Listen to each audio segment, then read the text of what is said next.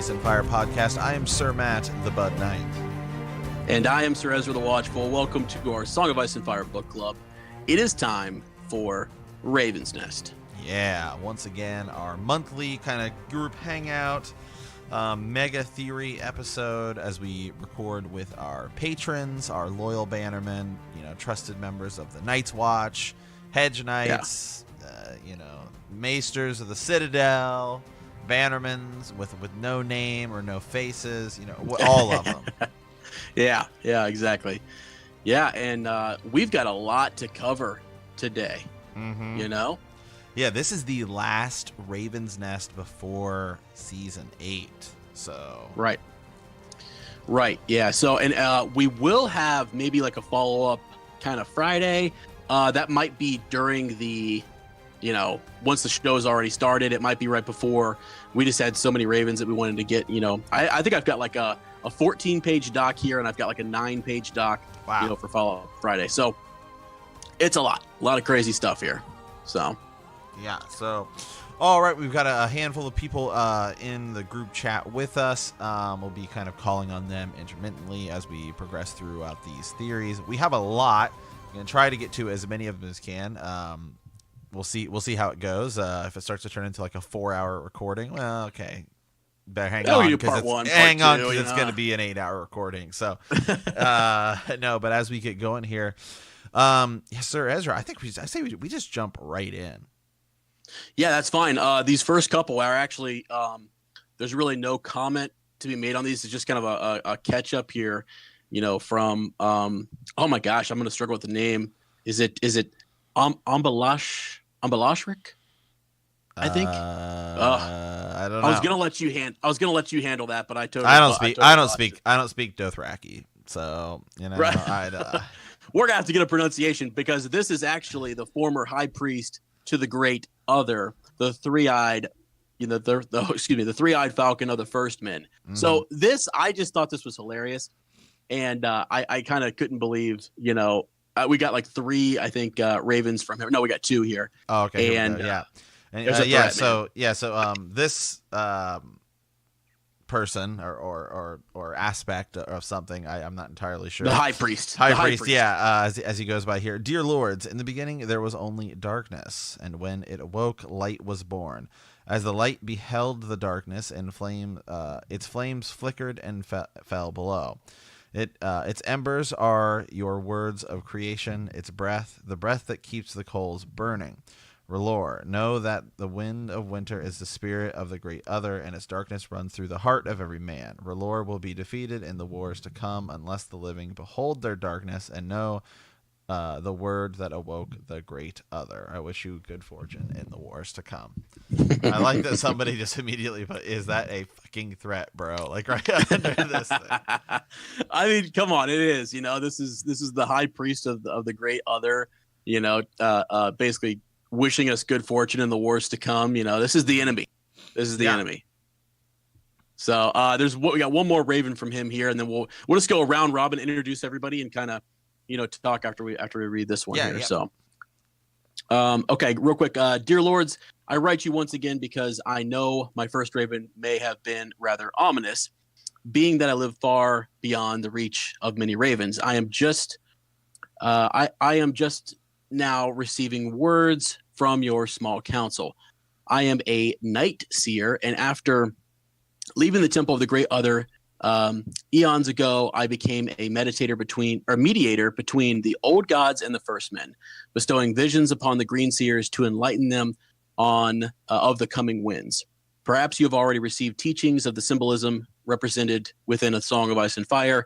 If not, it would be my honor to send you a raven whenever possible, to perhaps see further into what lies beyond the markings of paper and quill. Thank you for your work. It will guide many through the coming night. I just thought it was kind of cool because I like the way, this person writes. I just think it's kind of neat and ominous and cool. So yeah, we would love to actually have a talk about, the symbolism, some of that deeper meaning, in regards to a Song of Ice and Fire. Mm-hmm. Yeah, absolutely. So real quick, I thought what we would do is just well, actually, you know what? Let's just, there's a lot because I think the major part of this is we wanted to do kind of a that's just a first meet and greet kind of Raven.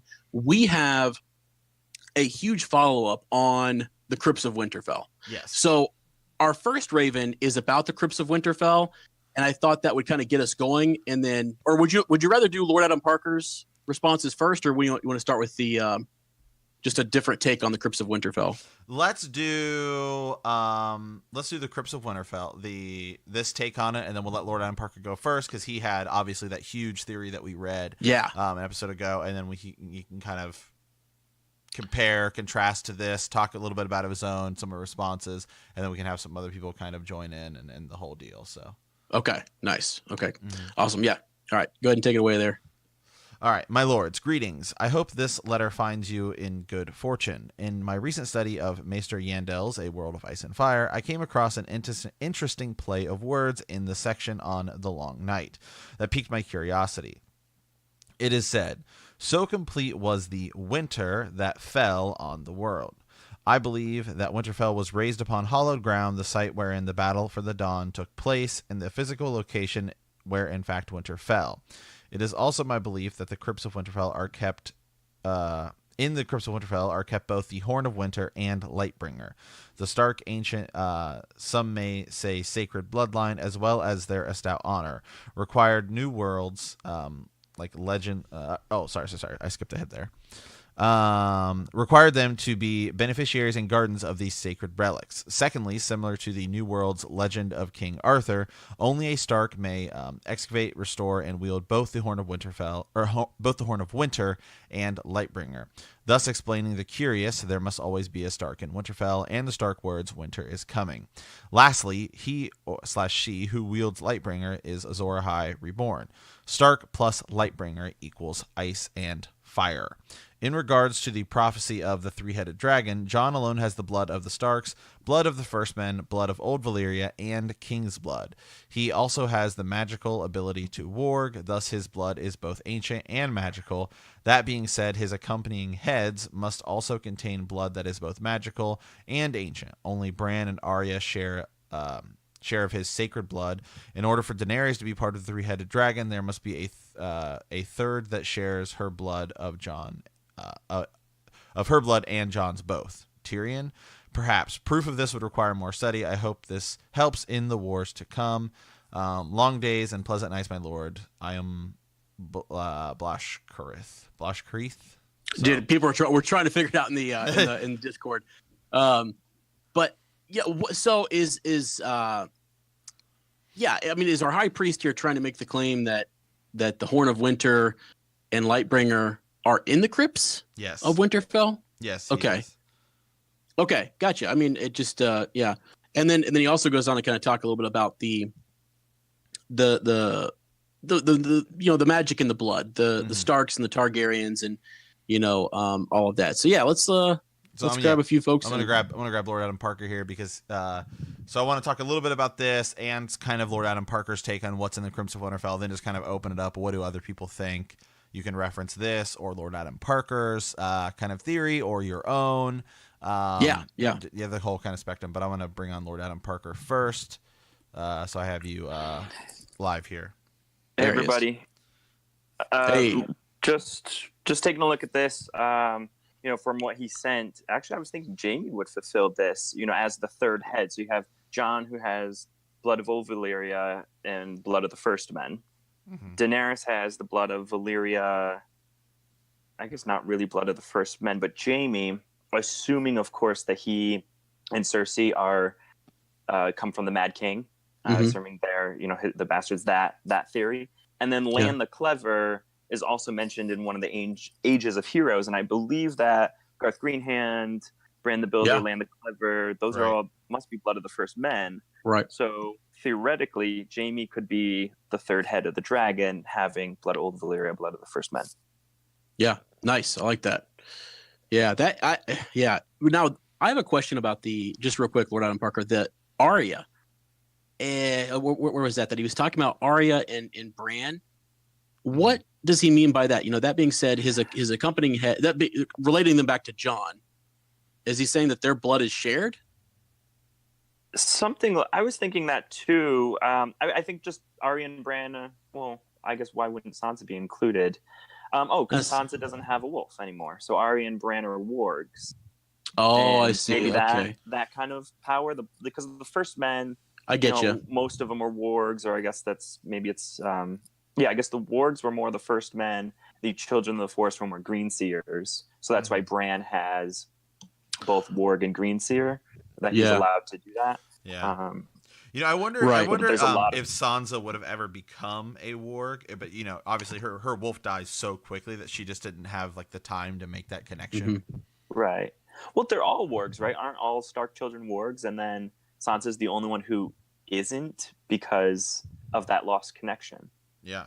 Yeah, They are. They all are. Yeah, even Rickon. Even Rickon. Well, they all have dreams Rickon too. too, yep. Like Yep. Rickon And has someone mentioned dreams. too of like, what about Ned? And I think Ned could have been a warg. It's just I think when you have the wolves close to you, that really brings the warg out, because I think you have to bond with an animal. I saw a video on a few weeks back, and it talked about how Sandor Clegane was a warg because of his special bond with his horse. So it's like you need a wolf, you need a horse, you need some sort of animal to jump into. Right. And it's so easy. And then there's a passage in the beginning of one of the books. It talks about how dogs are the easiest animal to warg into. Yeah.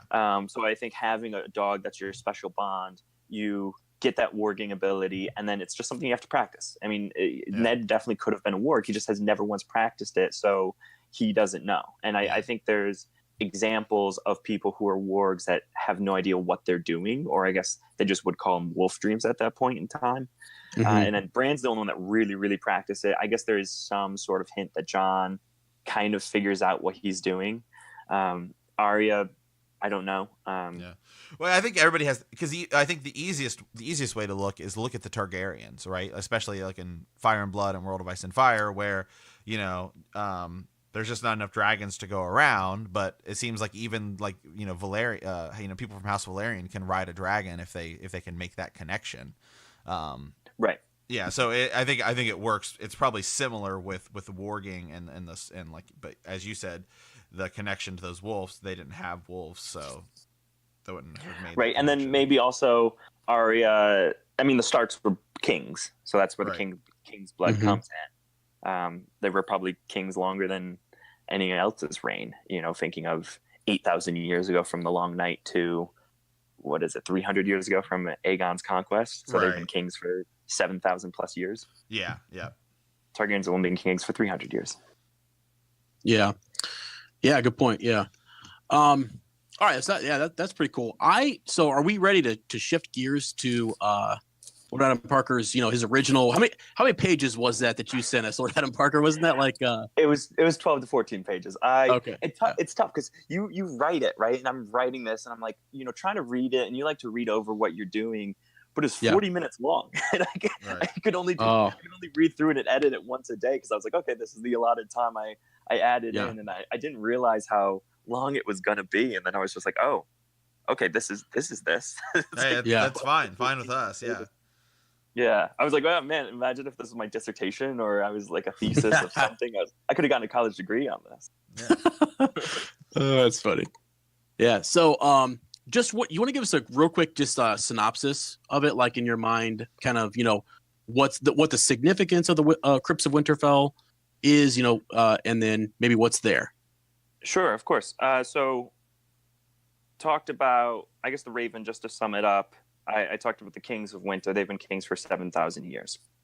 When you see, when you're reading the books, Ned and Jon have dreams of the crypts. They're always in the crypts, and their dreams are very, very similar to each other.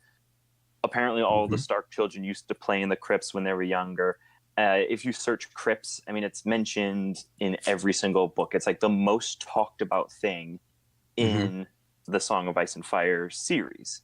So, and there's always mystery about it. They talk about the building of it, and they talk about the building of Westeros. And so the crypts, Winterfell was built by Bran the Builder. He built the wall. He also built Storm's End. He also built the tower in Old Town. Everything he built was God-proof. They're magnificent structures. They're even Tyrion, when he goes to Winterfell, he's like, yeah, it's really kind of not that great. It's not a magnificent work. And yet Bran the Builder's the, you know, most famous person in the history of, you know, the ethos. But really what Bran the Builder did, and he used giants, he used children of the forest, he used magic, he used his, you know, power to build underground. So you have this castle, it's on just like the Raven you guys just read, it's on unleveled land. He just threw it down, and more of his work, what makes it inspiring is the fact that it's all underground. And the crypts are massive, and they talk about the crypts maybe being bigger than Winterfell itself. So Winterfell is basically this underground crypt, and the old sections are all collapsed, but yet it's built and it's old, and it's built on these large, I think it's granite structures, and they shouldn't be collapsed. You know, even if you're using magic, if you're using, you know, Bran the Builder, and all these old buildings that he built are still standing. So why is that collapsed? I think it's collapsed on purpose. And then I went into the old Kings of Winter and how they were just really mean, tough people. You know, Bran says it. They're terrible Starks. They've done terrible things. And the stories you hear about them are just like, oh, wow, this is too violent.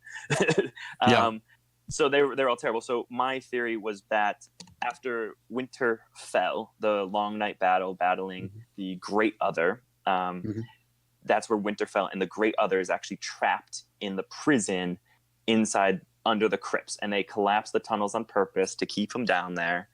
And there's a lot of talk of iron. So there's the iron swords across the laps of the old kings. There's the heavy iron doors. George R. Martin has said that the Valyrians actually worked iron and steel together into the Valyrian steel sword. The first men, the Starks, had iron, whereas the Andals had steel. They use steel swords now. So iron is a lot more powerful. So iron kind of bends the will of this Great Other, this cold god. You know, there's two gods, god of fire and there's god of ice. So the ice god, he's trapped in there.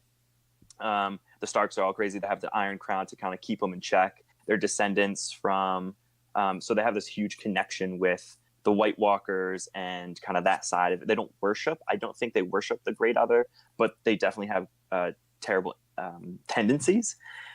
So I kind of talked about that, and then I talked about how the Night's King, the 13th Lord Commander. So in my theory, the Night's King was Azor Ahai, and he stabbed Nissa in the heart.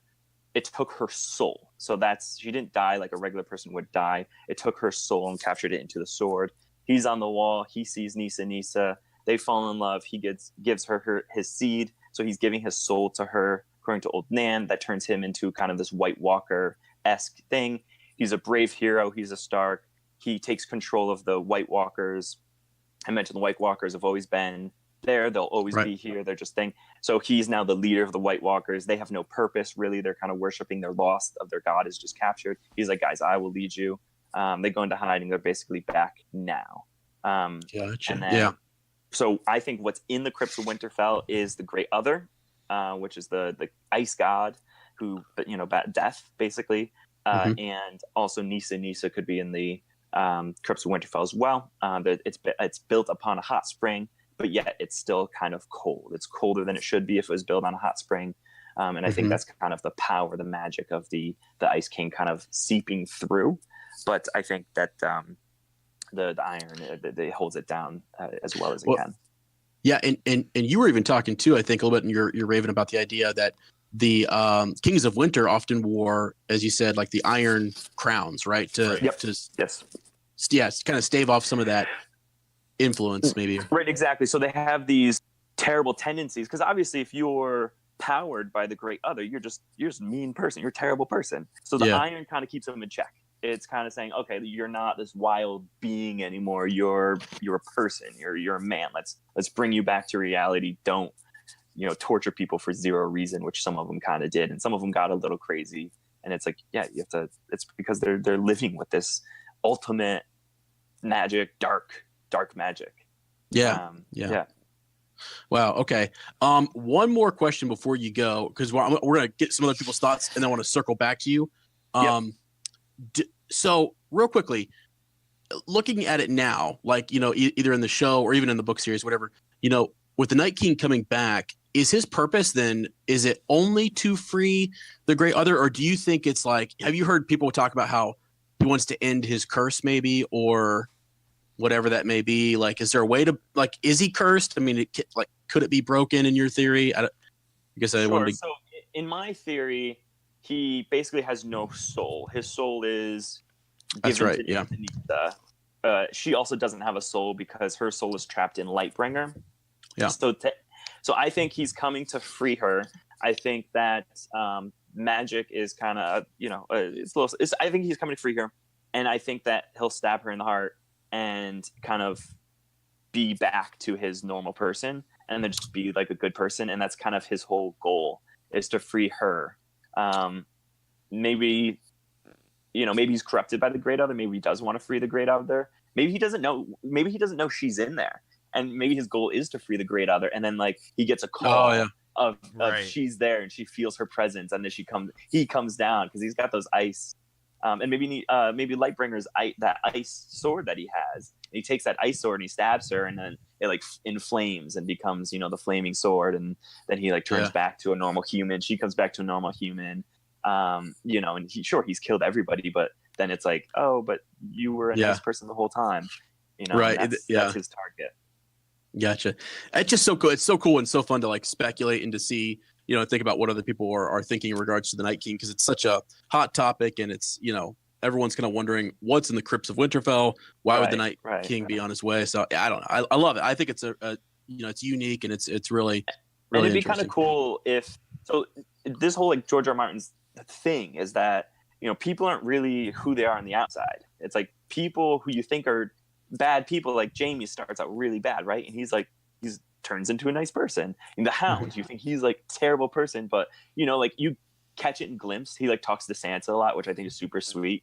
He's like, oh, my little bird, like I'm don't tell anybody else, because like I just was vulnerable around you, and like if you tell anybody else, like I'll cut your tongue off. But like he's trying to be nice the whole time, and like his story arc is he becomes an awesome person, and like he's a fan favorite. So the Night King, who's like the worst villain of all time, in all TV show history, it's like, what if he was actually trying to do good, and he's just kind of corrupted, and like his ending is doing something good.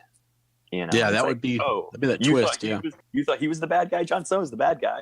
Jon Snow's trying to kill this guy, trying to find his wife again. Yeah. Jon Snow's over here, having sex with random people. Like, come on. That's funny. Yeah. All right. Well, yeah, that's awesome. All right, let's get a couple more thoughts on the Crypts of Winterfell, and then before we leave this topic, we're going to come back to you.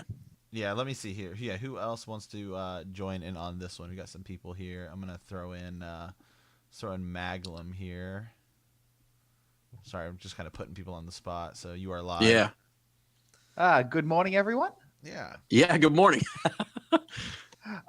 So just a few little thoughts here. One which I actually posted about in the document is, so if we look back at like mythologies from the world, okay, there's an interesting thing that vampires supposedly can't cross flowing water, and they're undead. So let's say if Martin potentially took inspiration from various world mythologies, which he probably did because a lot of fantasy authors do.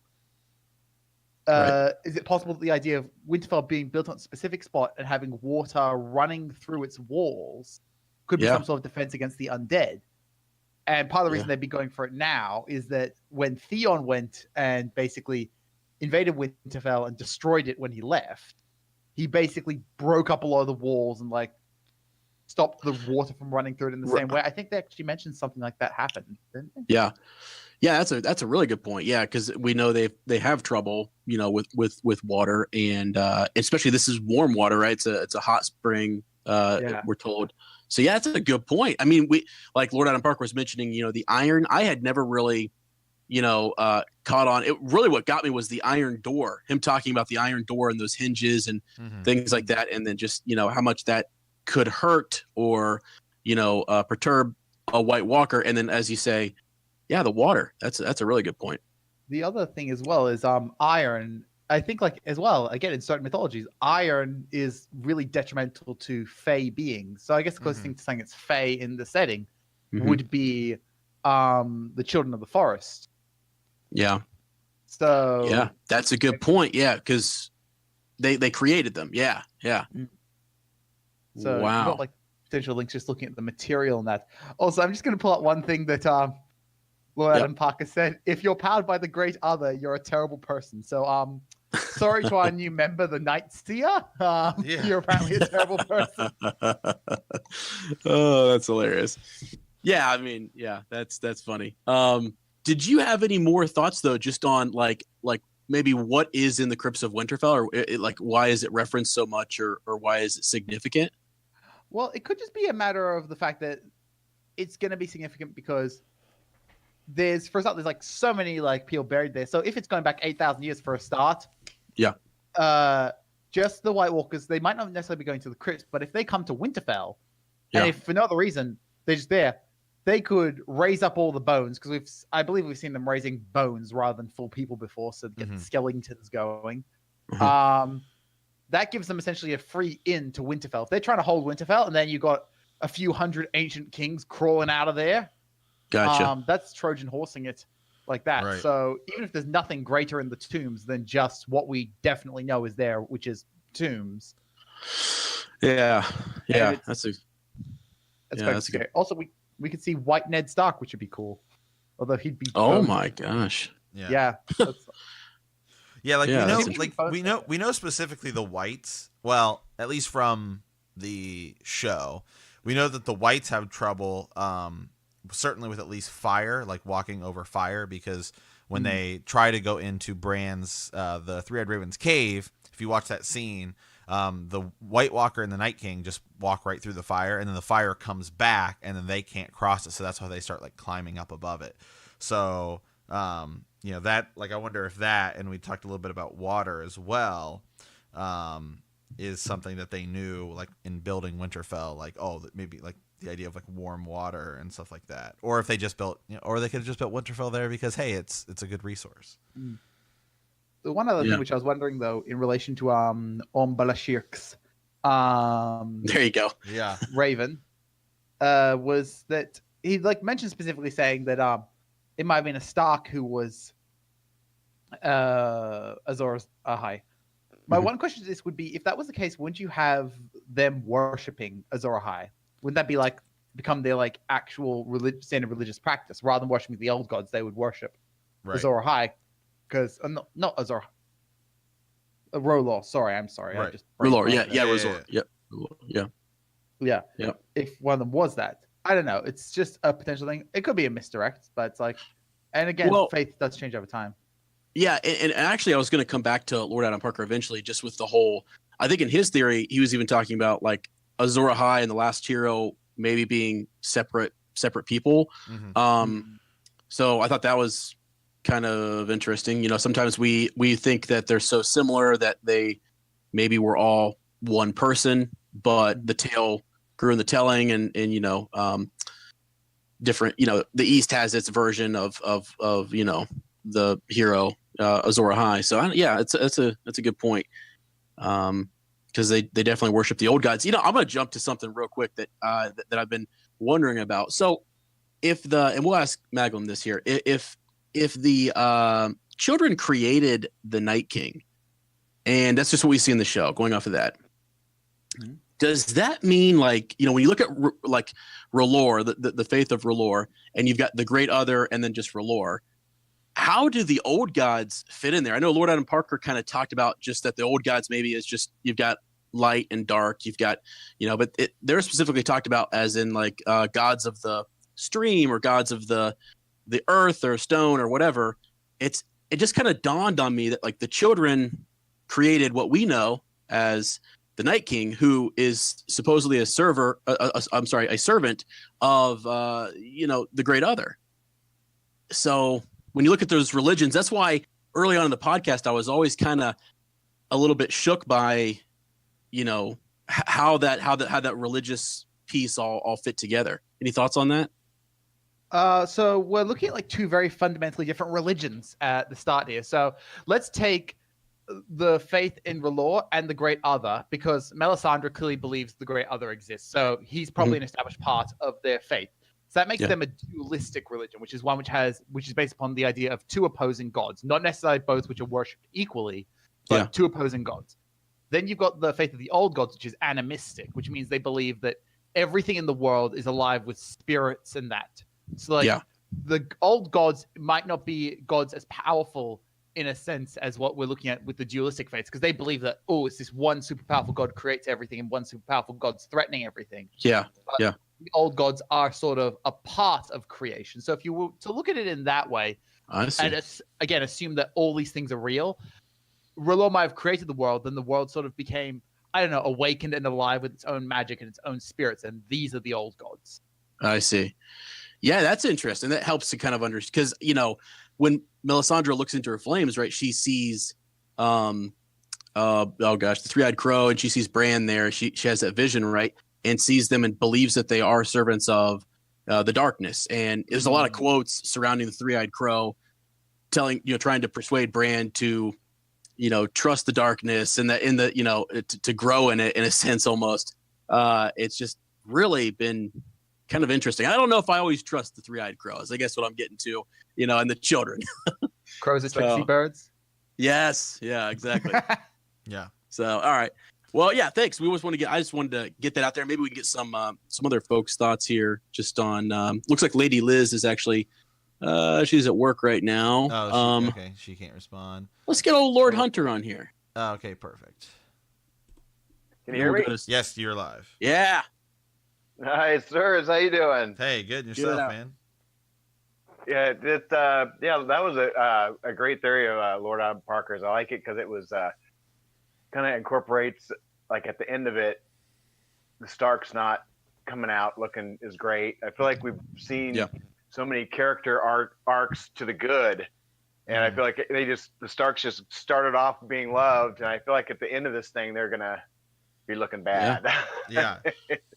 Yeah, well, that's kind of what I was trying to get to. Even with the children, we start off like feeling really bad for them, but those mother truckers ended up creating. I think so. I think you're exactly right. I think they caused the whole thing. It's nuts, man. Yeah. Yeah. So, did you get a chance, Lord Hunter, to listen to some of that Patreon episode where we were talking about I think it was a Reddit theory. We were discussing what we thought was in the Crypts of Winterfell. That was so awesome. Yeah. I would love it if the ring was in there. So that would be so cool. And then the other bit to that was that there's the idea that there could have been Rhaegar's harp could have been in there too. Yeah. Yeah. Just something to signify, why would Lyanna have, some some artifacts of Rhaegar's, right? That would give more legitimacy to Jon being a Targaryen, so that way people would know. Yeah. So I don't know. Any other thoughts on just maybe like, what do you think? Is it like, could it be an object? Is it maybe the Grey Other down there, Nisa? Like, why the heck are the crypts mentioned so much? It's just kind of nuts.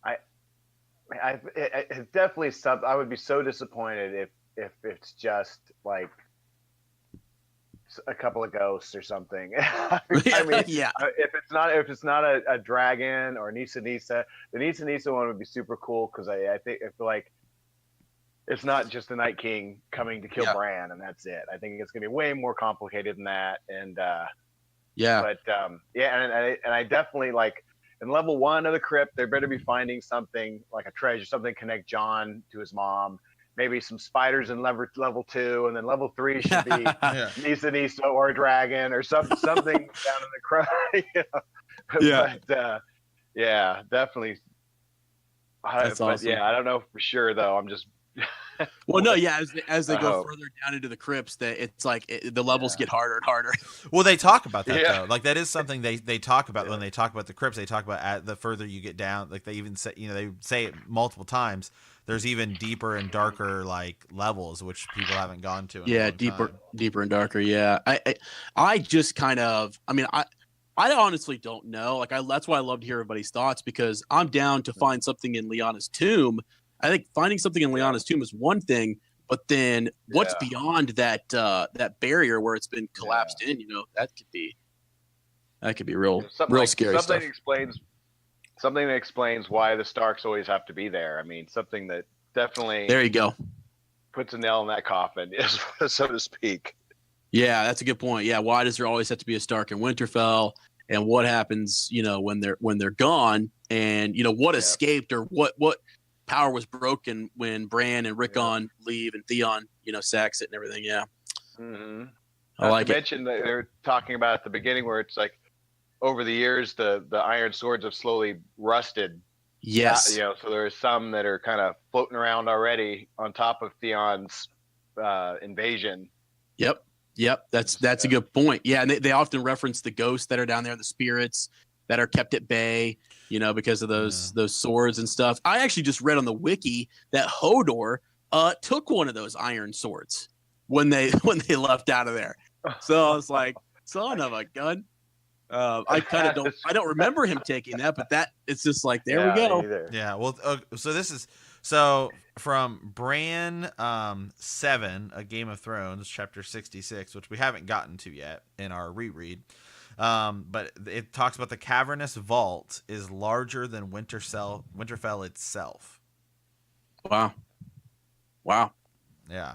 It's little stuff like that we don't always, because what we saw on the show, it looked like, all right, they went back this hall, and there's like one hallway and there it is. But I mean, it's huge, it's massive. So it's much bigger than we think about it. So, wow. Okay, let's see who else we have. We got a couple more folks. I'd like to get I think this is Lady Sarah here. I'm gonna see if she wants to go. Oh, she may have herself muted here. That's okay. Yeah. And we could try Lady Alyssa. See if she's on. And some folks maybe just want to listen. She may have herself muted as well. Oh, and Lady Liz is working. Man, we're trying to get some of the ladies on here. Well, what about Will Lombard here? We got him. There we go. Maybe he's ready. Yeah, just leave a comment in the Discord section to let us know if you guys do want to talk or if you don't. Otherwise, he's going back to mute here, so that's okay. All right. Well, we can circle back to Lord Adam Parker here, or we can move on to the next. Well, one quick thing for Lord Adam Parker. So we'll bring him back on just real quick. I just want to ask real quick about the idea. Your thoughts real quick as we finish up that Crypts of Winterfell discussion, the difference between Azor Ahai and The Last Hero. I think that they're different people, according to my Raven and my theories. I think The Last Hero was, I think The Last Hero is the one who brokered that deal between the Children of the Forest. Gotcha. And kind of ended the long night. And then I believe that around that time, Bran the Builder raised the wall, established the Night's Watch, and then there was 12 Lord Commanders. So, and there's a harsher time. And I certainly think, even probably, so I think Azor Ahai, just basically the long night ended. Yeah. And they captured the Great Other in the Crypts of Winterfell. Right. And then the White Walkers were like, yo, that was our dude that you just captured into the Crypts of Winterfell. Let's scramble back. Let's attack again. So I don't think it was as big of an attack. It obviously wasn't the long night that lasted a generation, but it might have been like a mild winter, but it was definitely a frontal attack.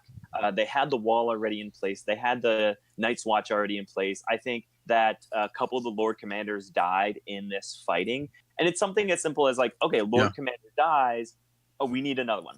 Some guy, okay, let's do a quick, gotcha. Quick vote. Second Lord Commander. Okay, he died the next day fighting. Okay, we need a third one. They could have gone quickly. They're in battle. Right. And then I think that, they chose a Stark to kind of lead the attack, and he was the Azor Ahai figure of it. And, so he was kind of like this hero, and then he just kind of ended the attack again. It was like, no, I'm ending it.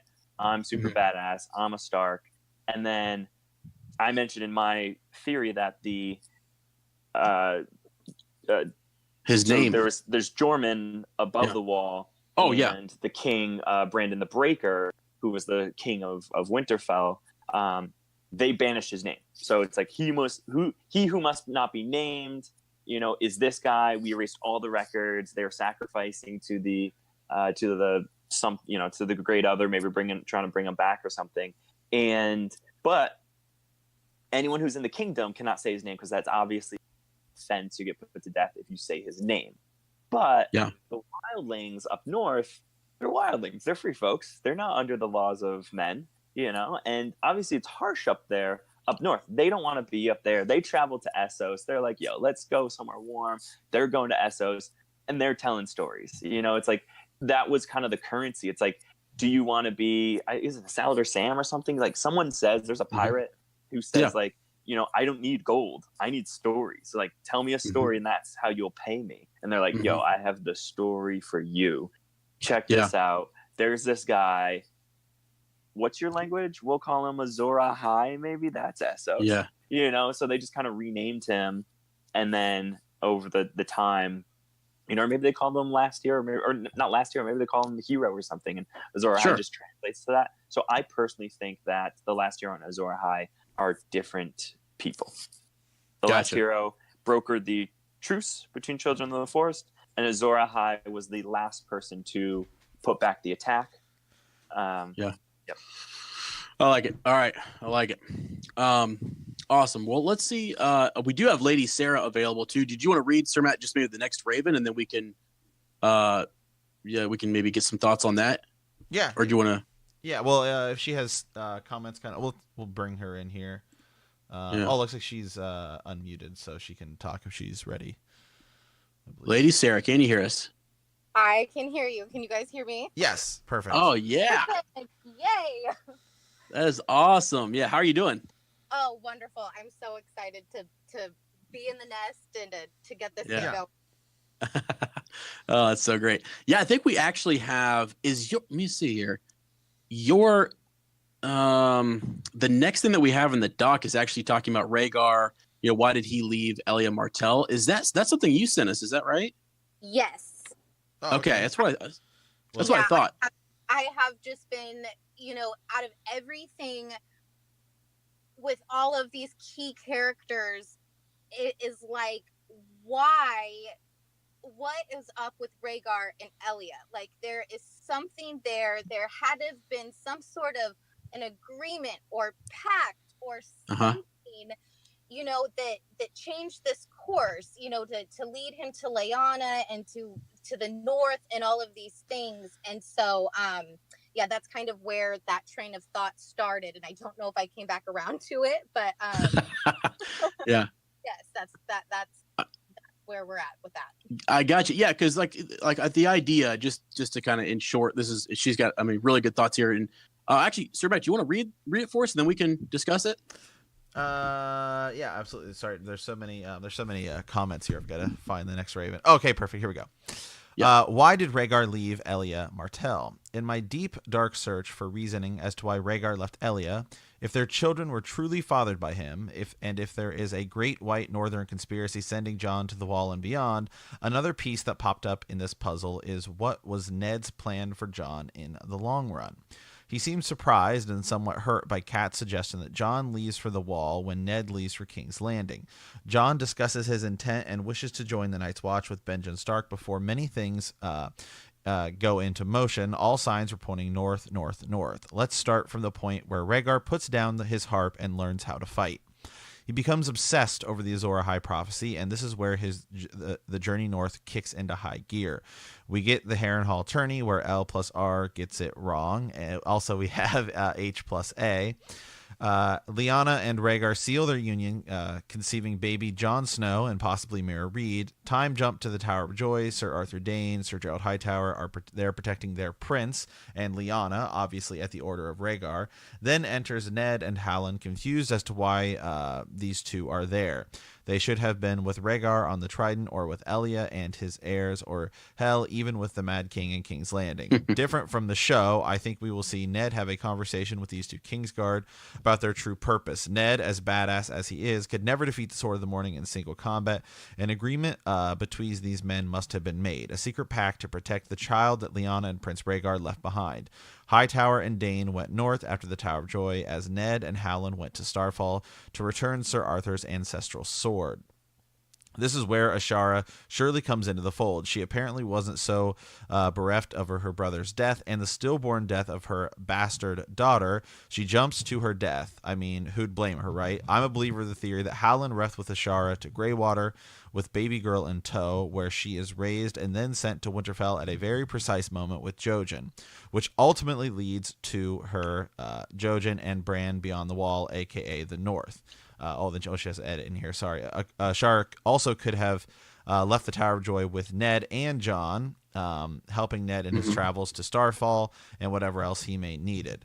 This would add to the steps climbing north. Ned returns to Winterfell with little baby Jon Targaryen. To the horror of Catelyn, he also brings back Lyanna's body to be kept in the crypts of Winterfell, possibly to show Jon that one day his mother had been placed with him all along.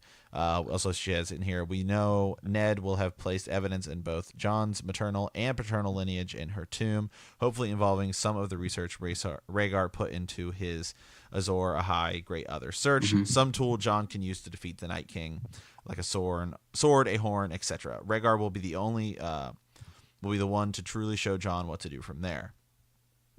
Okay, it keeps going here. All right, yeah. Benjen Stark joins the Night's Watch shortly afterwards. Being the one of the only two Stark sons left to rule Winterfell, it is indeed an odd choice. Rather than marrying a highborn northern lady, he opts for a lifetime of servitude at the Wall. Whether Ned told him or not, Benjen knew Jon was not Ned's son, but Lyanna's. He joins to help protect Jon. Now, if this is where he goes to the Wall, surely he would have known a young Mance Rayder when he was still a crow. He seemed to know him all too well once he becomes the king beyond the Wall. I think Benjen low-key knew about Mance's possible double identity, possibly aiding in spreading the word and reach of this so-called king with his ranges and prominence. By doing so, he is protecting Mance's true identity and ultimate mission of saving these wildlings from the threat of the White Walkers and uniting them to the rest of the Seven Kingdoms. Benjen had to know Mance equals Arthur Dayne. Mance tells Jon in their first meeting that he saw him at Winterfell when King Robert and company were there. How did he get there and back beyond the Wall so fast? Benjen. Mance/Arthur wanted to see what Robert was like as a king after all that time, but more importantly to see Jon, the prince he was sworn to protect and still does when Jon comes to him beyond the Wall. Who was also likely sneaking around the crypts for something special as well in A Dance of Dragons. He is there, again, under the Bard guise to rescue, air quote, Arya for Jon. But he is there for just her, or is sneaking around the crypts again, still trying to find a certain horn. He never lets any wildling harm him. From the point of Jon returning to his pavilion after Stannis smashes them at the Wall, to the Lord of Bones glamour, two-handed sword fights, to his mission back to Winterfell to save Arya for Jon, Mance serves and protects his king still, as does Tormund Giantsbane, a.k.a. Sir Gerald Hightower. Jon's destiny, whether it was intricately planned by these two who knew his precious identity or by the gods themselves, has always been to go north, which takes us back to dear Ned. Was he planning on sending Jon to the Wall all along, or was he hoping to place him on the throne at some point?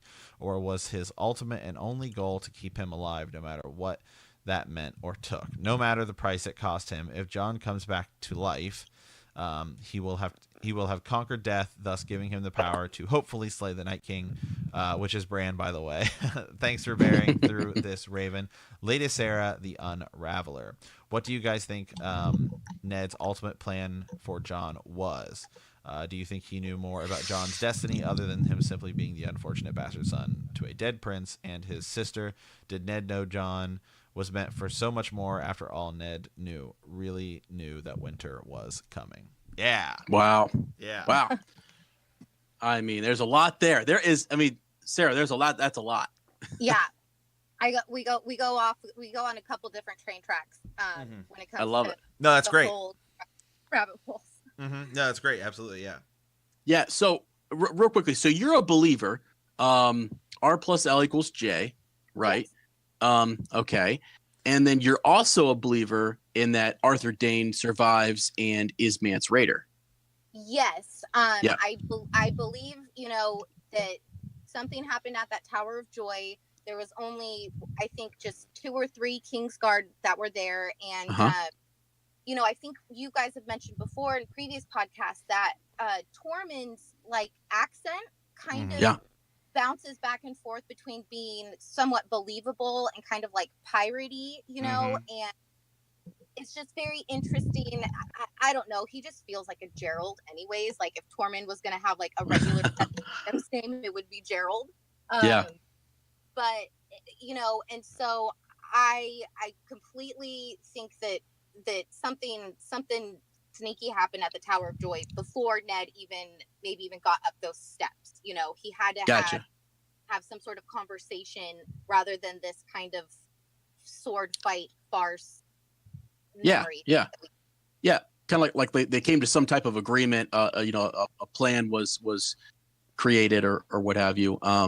I like that because according to Ned, he shows up there with more men, more swords. And it's just sort of like all of them died, air quote died, except for Ned and Howland Reed. And I love that you tied in Ashara Dane going with Howland Reed, possibly, right?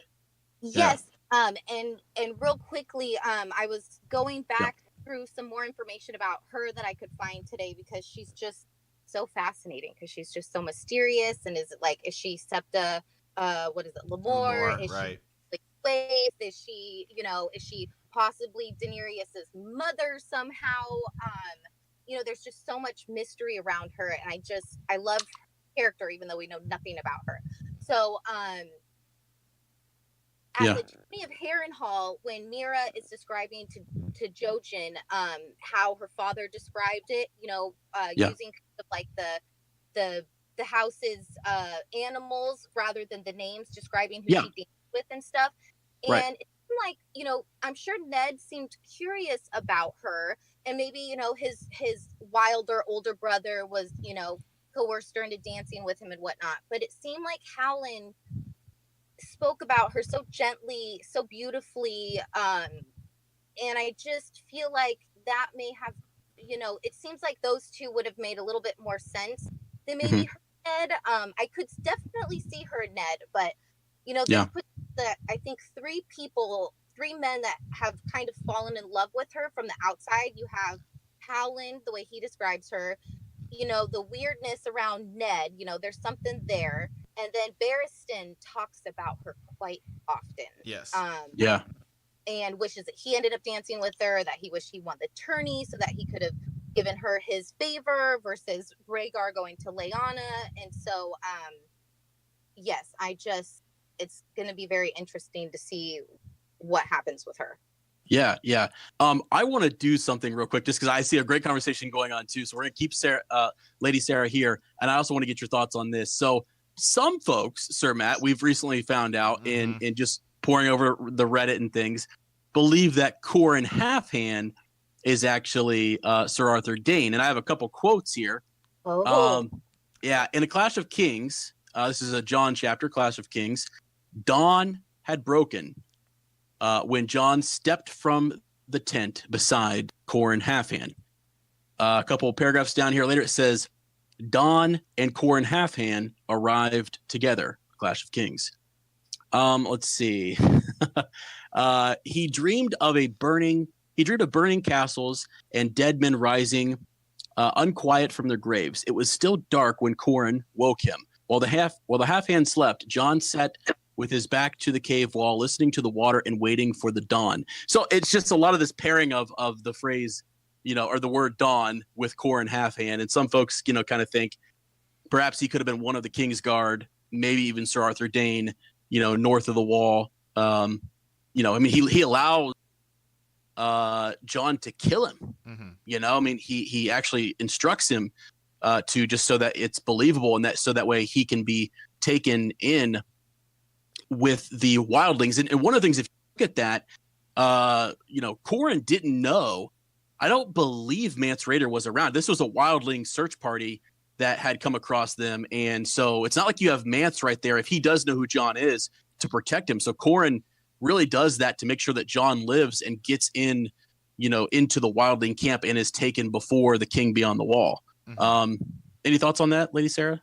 Oh, that Corin, especially going through this last reread, there are, like you said, so many different little what am I trying to say? Little sprinkles about him. Like Yeah. that he's not just this really awesome Night's Watchman Ranger. Yeah. Okay, John, we're gonna do what we gotta do. I do see, like you said, a lot of alluding to the Dawn and stuff, and you have me thinking about his hand. And now I'm thinking, that what if that was like a price to pay, or maybe, if we assume he's Arthur Dane and we go back to the Tower of Joy or whatever, say there was indeed a fight or something before a kind of common understanding, I could see maybe that's where he could have like lost his hand, possibly. Yeah. Or, I remember where it said that it was cut, injured from. I can't think of the top of my head, but that is very interesting. Yeah. I mean, whether it was a fight or if it was, is that Howland Reed's actual intervention or whatever? I just thought it was really, interesting, and because we have a great swordsman who's lost a hand, Yes. and we see what happens to him. So, I thought that was there's just several folks who Sir Matt and I kind of found on the Reddit pointing that out, and I'm like, man, these Kingsguard. We have a great discussion between Maglum and Lord Adam Parker just about, Gerald Hightower was the Lord Commander of the Kingsguard. And, And so whether or not he would be, why wouldn't he be maybe in charge of things when they go beyond the wall? So I don't know, just some good thoughts, I guess from everybody. But I love your Raven because, it kind of, I go back to the original question though, and I think about, we know Elia Martell wasn't able to have children anymore, right? I mean, that was sort of one of those things. So is it that simple? Just that she couldn't have children and he needed, another child? Is there like, why would he leave her? Why would he put her aside? It seems a little too like romantic drama, like movie for like the wife who's like dying to be like, okay, sweetheart, I'm giving you permission to go out and look for love and continue your life. Like times were so, it's just not like, I just don't feel like that's a possibility. I just feel like, it just seems, like the marriage was a farce. Like there was something, underlying, and like you can also talk about how Tywin, I think, was still handed the king when Elia's and Rhaegar's marriage pact was made, and the Mad King was in a very tumultuous relationship with Tywin at that point, and so denying Cersei, his marriage offer for Cersei, and for Rhaegar to end up with Elia of all people, it just does not line up. Yeah. It's definitely, definitely a mystery. All right, let's see if we can grab a couple of these other folks in here and get some of their thoughts, maybe just to weigh in here, Sir Matt. Yeah, absolutely. Who I'm sure. Let's bring Maglum back on here and get some of his thoughts real quick. Okay, perfect. Hello, can you hear me good? Yes. Yeah. Nice.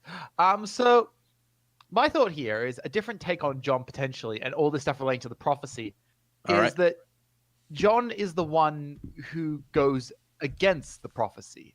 So I assumed that the reason that Rhaegar got with Lyanna to have this is in the end to fulfill the prophecy partly.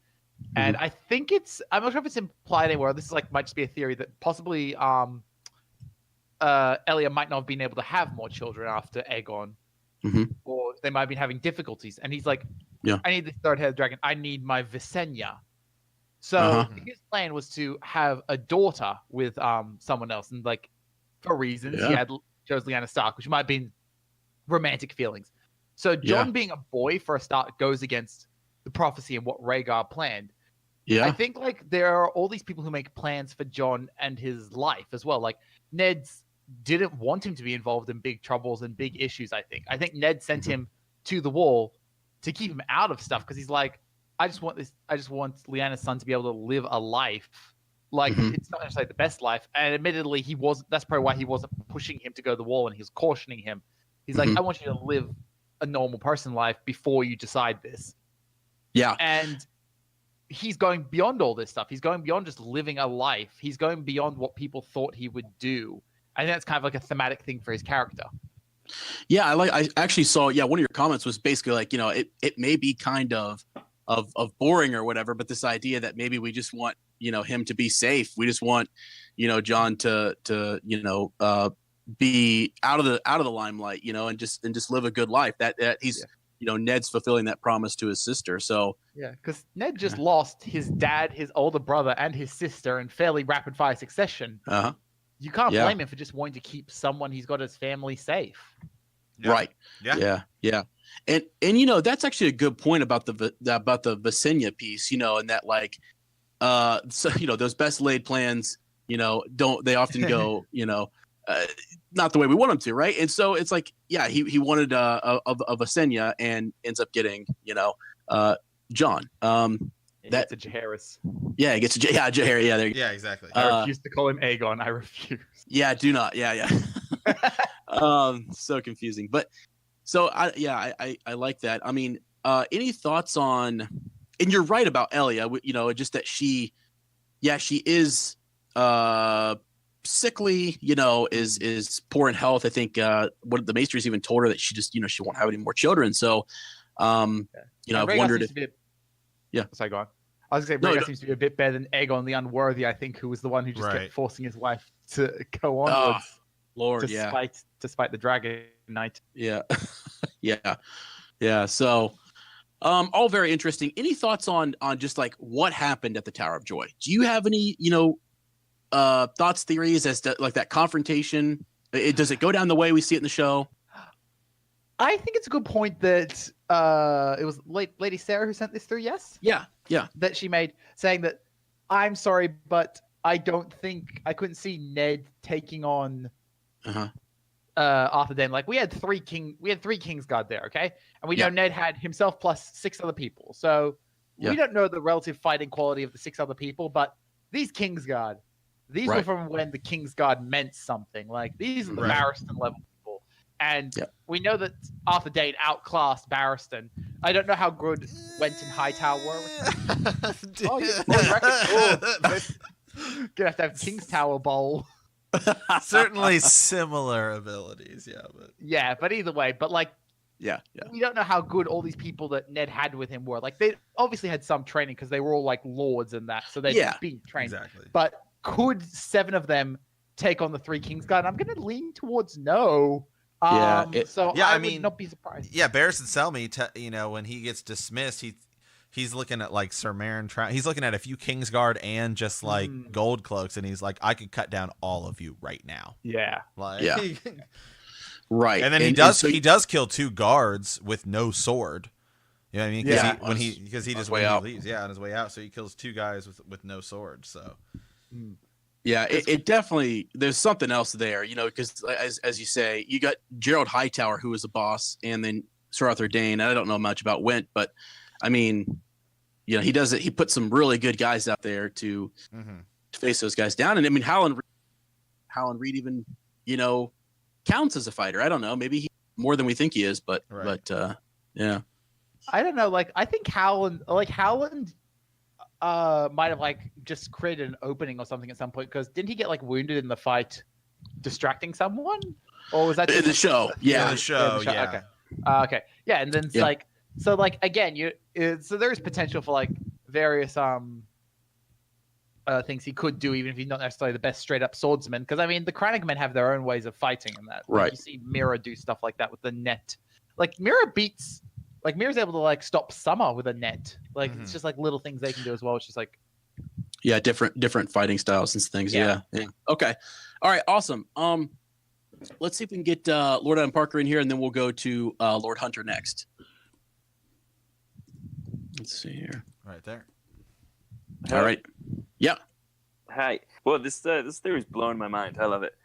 I'm gonna level with you. I don't know too awfully much of, I guess, Sir Arthur Dayne being Mance Raider. I'm kind of reading the books now, and every time Mance is mentioned, I'm highlighting everything. I'm looking for clues. Yeah. So far, there isn't any really. But again, there could be. I kind of like the idea of like Sir Arthur Dayne maybe being Corn Halfhand. I thought that was amazing.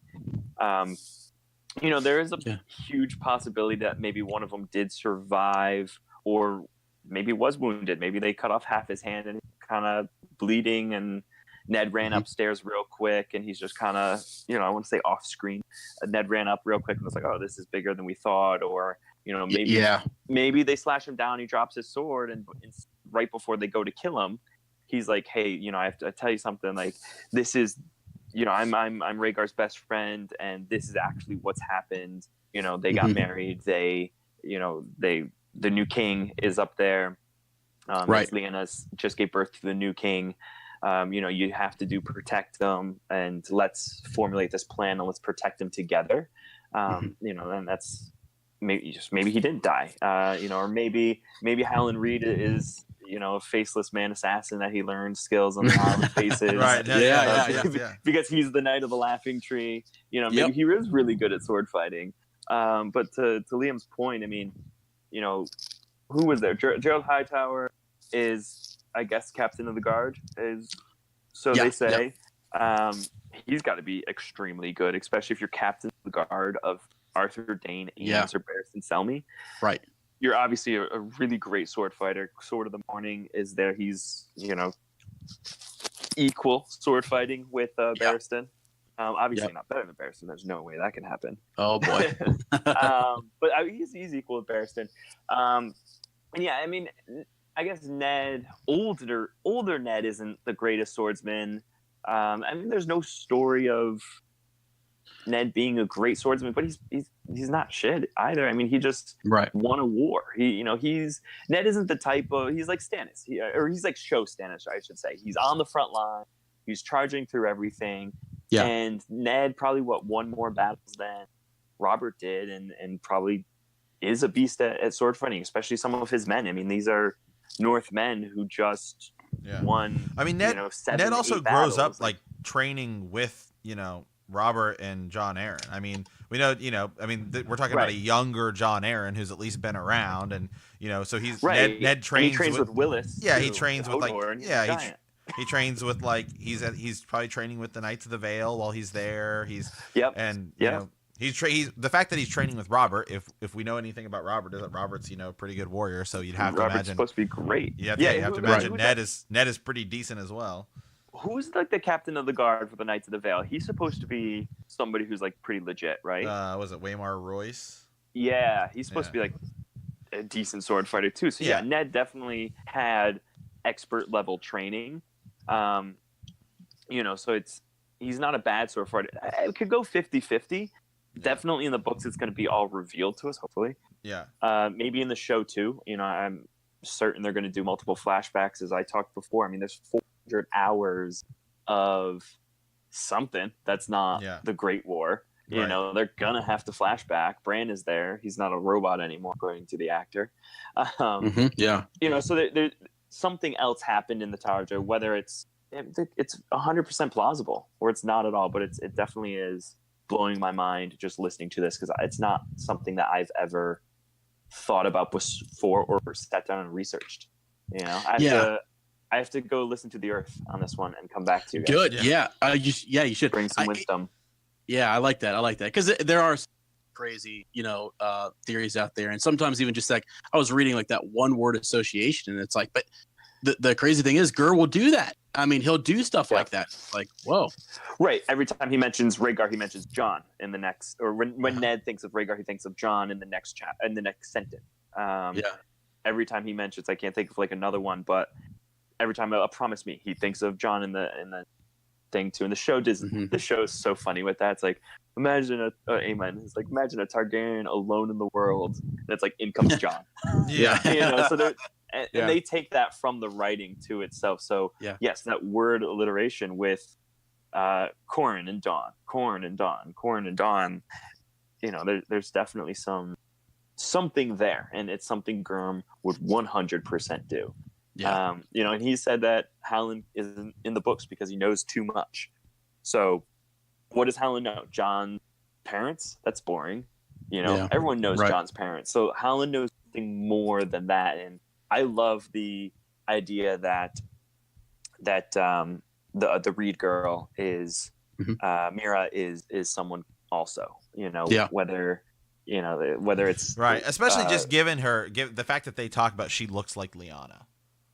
Yeah, could you imagine if like she's actually Lyanna's child, and it's like misdirection to Jon this entire time, and it's like this stranger girl. Yeah, People be- that would kind of suck, but or twins. Yeah, be, Magum says twins. Yeah, that actually I would believe that, especially I don't know how much because they're also roughly like the same Star age. Wars.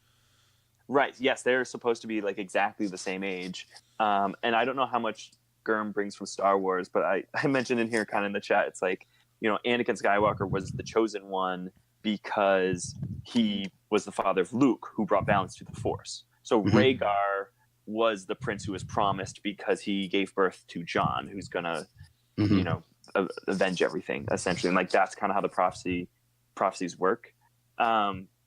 So I'm not sure how much other influence he brings, but like, you know, Star Wars is supposed to be like the set in stone hero's journey. If you're writing a hero's journey, you follow this guideline essentially. Yeah, that arc. So having twins, you know, could be maybe an element he took from a different story. And it's like, okay, Jon and Mira are the twins.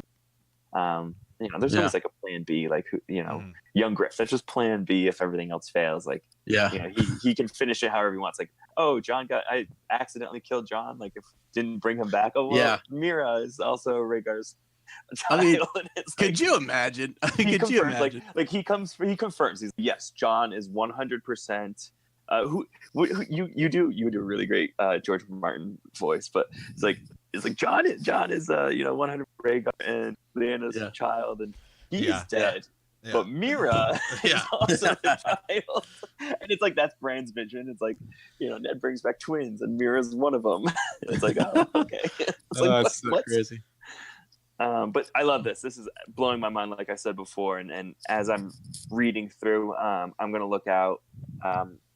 Corrin's dead, but where I am now. But I should go back and read those and try to make these, you know, and say, okay, read with an open mind, essentially, and be like, is this, how accurate could this be? Search for clues. Yeah. Well, you know, I say we go down the rabbit hole even further. The Gur, let's reveal all these characters last minute thing. I say Lyanna has triplets, and it's three heads of the dragon. Three heads of the dragon, and it's Jon Snow, Mira Reed, and Val. And you know, and then that would explain why they all go north, and they take Val up there too, and let's just hide them all. Then you could say, well, but her hair color looks different. It's like, well, you know, when you have like 8, you know, when you have more kids, it makes it, you know, that's why Sansa has red hair, and you know, Rob has kind of redder hair, and Arya looks like Lyanna. And when George Martin dies before he finishes the series, we will be the #1 podcast, and you'll be elected by the council. Yeah, to finish the book. We're 100% going to write it this way. We'll be the Brandon Sanderson, right? Of Wheel of Time. It's not like we're saying Hagrid's a flat earther or anything like that. Yeah, exactly. Like J.K. Rowling's coming out and being like, oh, by the way, this is ridiculous. I wrote this part in here. You know, like we can do that too, but these theories make more sense. Yeah. That's great. Awesome. All right. Let's. Should we move on to another theory here? Well, we've got the patch face theory, and we probably won't be able to get through all of these. I'm thinking now, you know, just with time. But we'll definitely got quite a few more to go. But should we do the patch face theory and then maybe bring on? Is the person who wrote patch face in here? No. Okay, well, so we can just read it. We have patch face. We have a second R+L=J theory. We have Jaime as Azor Ahai. Who's Nisa? Did Lyanna Stark see this one's Song of Ice and Fire vision? Yeah, let's do this real quick. I want to. Yeah, let's do the second, the R+L=J theory, and then let's bring in Lord Hunter real quick, just so you can kind of talk about maybe Tower of Joy, you know, things like that. Okay. I'll go ahead and read this one real quick. Yeah.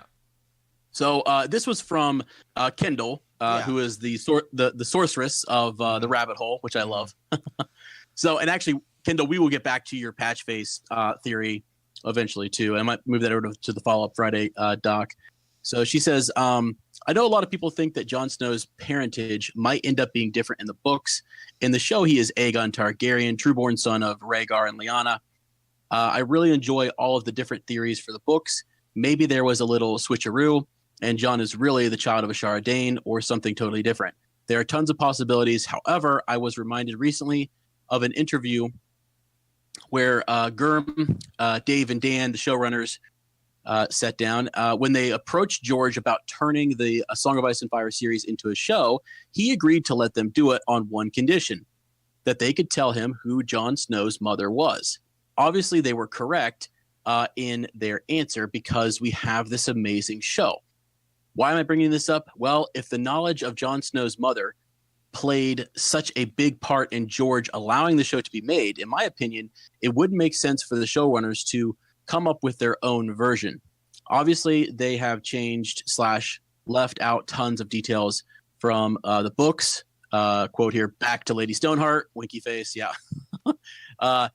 But this seems like an important detail that would remain the same. Also, I believe that during the initial production of the show, Book 5, A Dance of Dragons, hadn't been released yet. So for George to pose the question of Jon's mother to D&D, I have to assume that they provided enough clues in the first 4 books for the reader to figure out the answer. What do you guys think? I do want to make a quick comment before we bring Lord Hunter on here, so if that's okay, Sir Matt. Yeah, go right ahead. All right.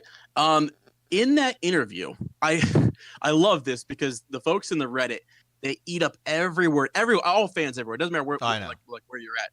Like Gur actually said that when asked whether they answered correct or not, he said they answered correctly, not that their answer was correct. And I always thought that was hilarious because what they're saying they answered the way he wanted them to, or the way that he wanted them to, and maybe that wasn't the correct answer, but let's go with it. I mean, that's kind of crazy to think about, but like that's how nuts people are when it comes to trying to find a way in which R plus L doesn't equal J.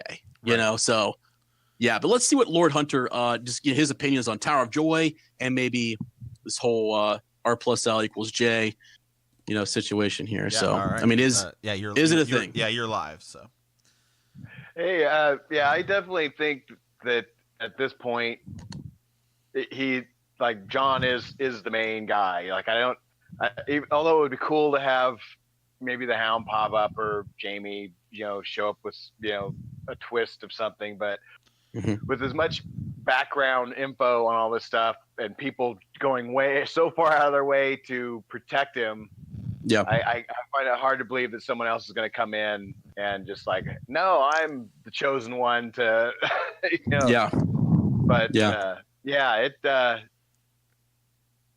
it just doesn't seem like that's a lot of work, right? Yeah, it's something that Sir Ezra and I have talked about. Yeah. I said, I think at this part, man, it's harder to prove that R plus L equals J doesn't exist. Or isn't the way to go. Yeah, I mean, there's so much legwork has been, given into the wordplay on, with the high tower. Is it, who is he? Or, it's like if they're over there protecting him. Yeah. I mean, I just feel like that seems to be. But I mean, it's fun to theorize who else it could be. But yeah, I mean, I think it's Jon. Yeah.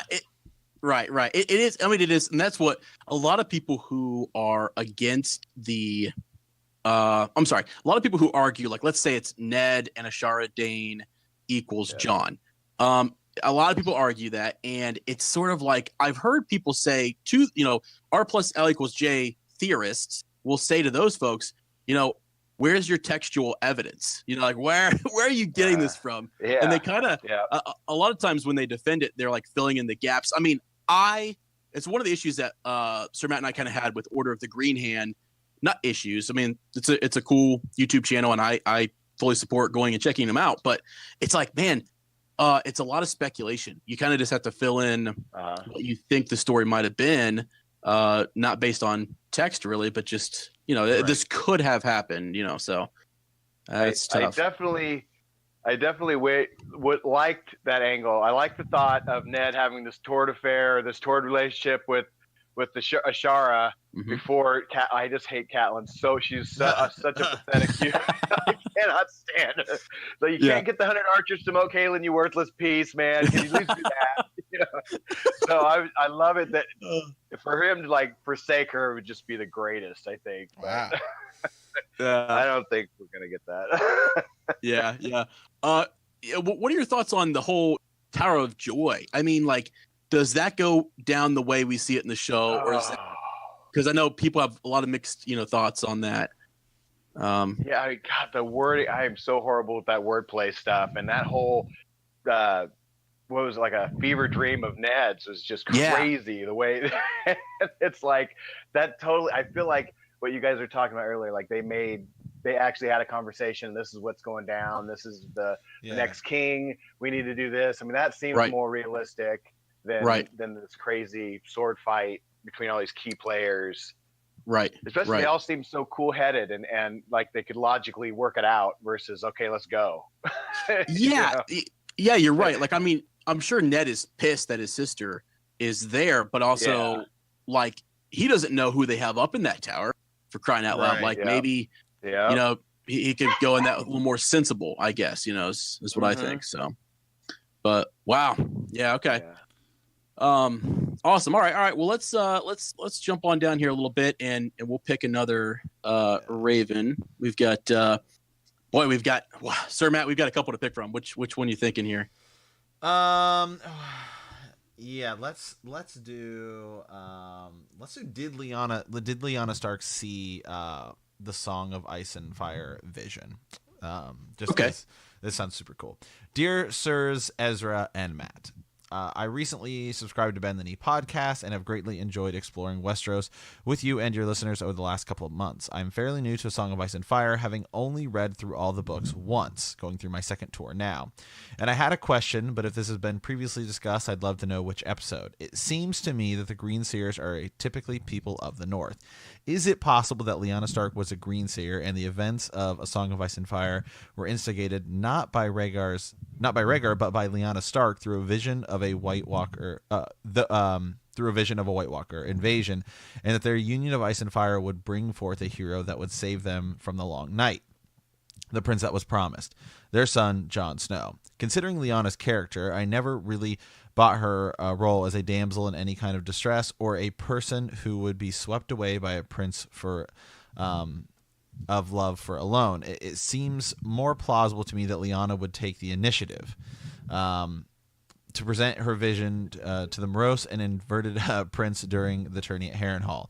I would think that the prince would be hesitant at first, considering not only the fallout, but also the prophecy wherein he was the prince that was promised, Summerhall, smoke, etc. Ultimately, believing Lyanna's vision, he succumbs later, and they have scored together on the King's Road, setting off the events of A Song of Ice and Fire. I guess in lieu of Lyanna being a Green Seer, she could have been given the vision by the omnipotent Bran as well. It is also possible that the bed of blood scene resulted from Rhaegar and Lyanna attempting a Nissa sacrifice using Dawn to try to create Lightbringer. Having failed at the attempt and with Sir Arthur Dayne vanquished, Ned takes the sword back to Starfall. I think this might be a little far-fetched, to be honest. I just really want Dawn to play a bigger role at the end of the story, and I've always felt like Jon and Dany are headed towards a Nissa-like encounter, but hope that if that's the case, a cooler sword than Longclaw is used, or Longclaw is revealed to be something else. Keep up the great work, and 7 blessings for you for improving my commute. Kind regards, what is it? Dobrin, I guess? Dobrin, Lord of the Dornish Starches. That's awesome. Like D-O-U-G-H, Doe. G-H, yeah. That's awesome. Let's see if Lady Sarah, yeah, might want to jump in on this one. Let's see if she's available. She might not be though. She has herself muted here. Okay, we'll come back to Lady Sarah. There we go. She's perfect. Hello. Perfect. Yeah. Any thoughts on just like Lyanna being the one who instigates this whole thing, and maybe she's not kidnapped, but she seeks out Rhaegar type of thing. You know, that's very interesting. I'm not sure. I think it was maybe Lord Parker that had said something funny about Grandma Stark like a few days ago, and it got me thinking because we don't, like most of the moms in Game of Thrones, we don't know a whole lot about them, and so we don't know a lot about Ned's and Benjen's and Lyanna's mother. But what we know about Lyanna is that she's always described as really wild and willful and completely not just like I don't think it's just a northern thing. I think there's something there, and she most definitely could have seen these things, like in her dreams, just the way Jon does, the way Targaryens and Starks do. And I feel like the Stark lineage has some old Targaryen in it, or what's the other, some other like Valyrian family crossed in it that could give her those sort of abilities to be able to see these things. However, where her and Rhaegar would come together in it, where she would I don't know how she would bring Rhaegar into it rather than him needing to find her on his own, Okay.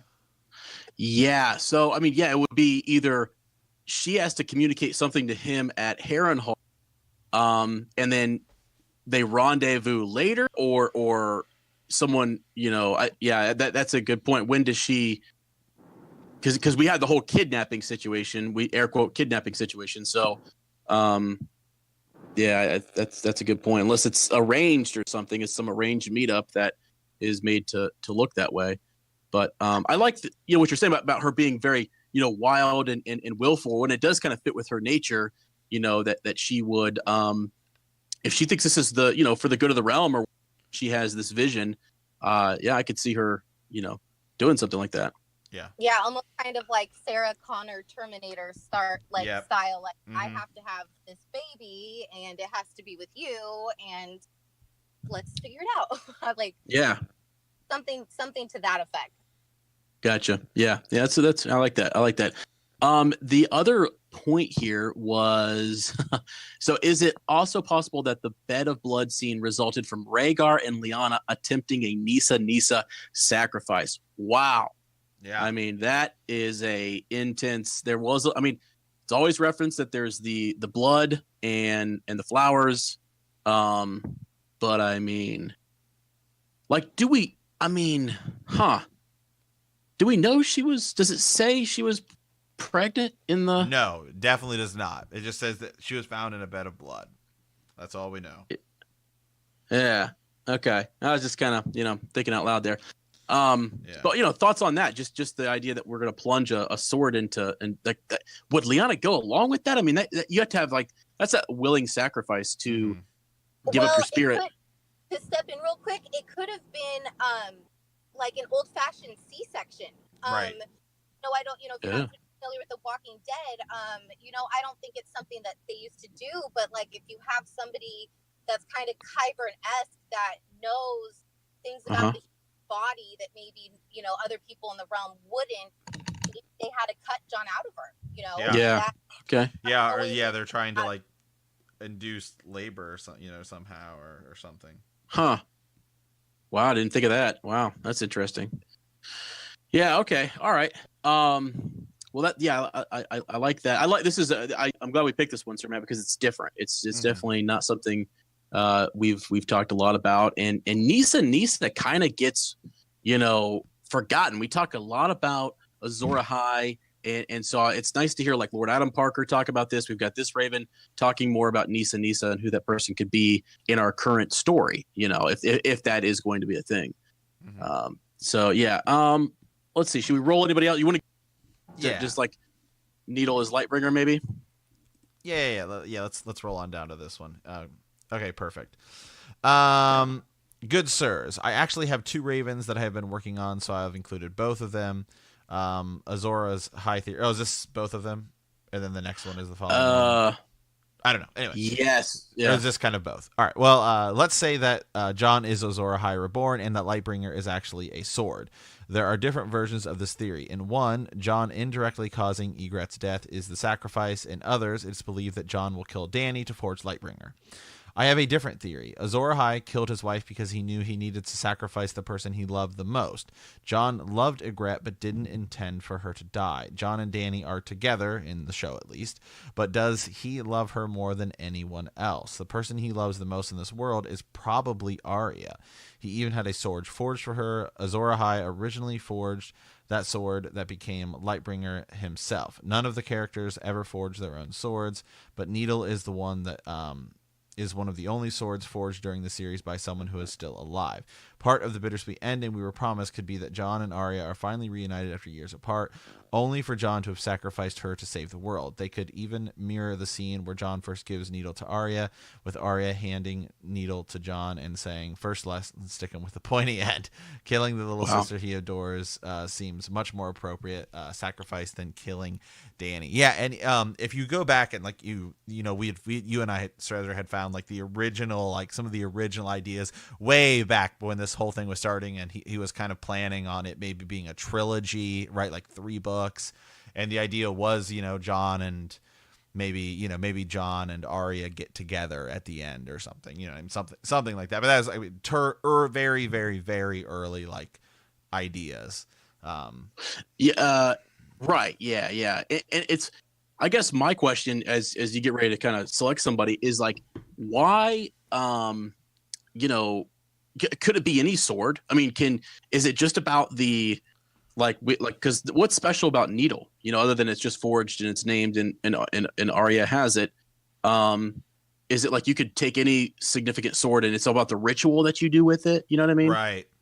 Yeah. Because I feel like it would have to be, I think it's maybe it is a lot less about the sword, unless it's like Dawn or something, right? Because Dawn is different. Yeah, right. It's not Valyrian steel.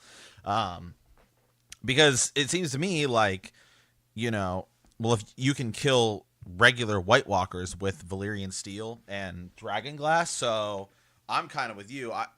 I start to think less and less on this idea of it has to be a specific sword, right? Mm-hmm. Especially because we know Stannis pulls one out of the fire, and then Aemon talks about that sword not being special. So I don't know. I think it is much less about the actual sword and more of the ritual in person. Yeah, and one more point too, just that it would be kind of ironic to have this lesser, newly forged sword at the beginning of the series be the sword. You know what I mean? We have so many other great swords out there, and it's like, wait a second, Needle? It's Needle of all things? I don't know.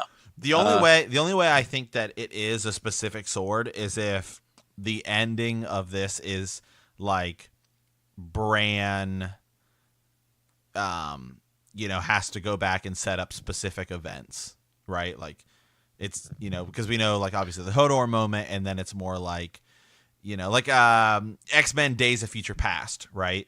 Where like we're at the very end of the movie, they're getting ready to rewrite it and set off like the new timeline, and you have like the Sentinels are coming in and Wolverine's in there and he's like in the vision, and like maybe that's what it is. Maybe actually they're what if they go the same route where it's actually like they're just, the final battle is they don't even actually have to kill the Night King. They just have to prevent him from ever being created, and then it's like a big timeline wipe, which I hope that's not the route they go, but it's a possibility.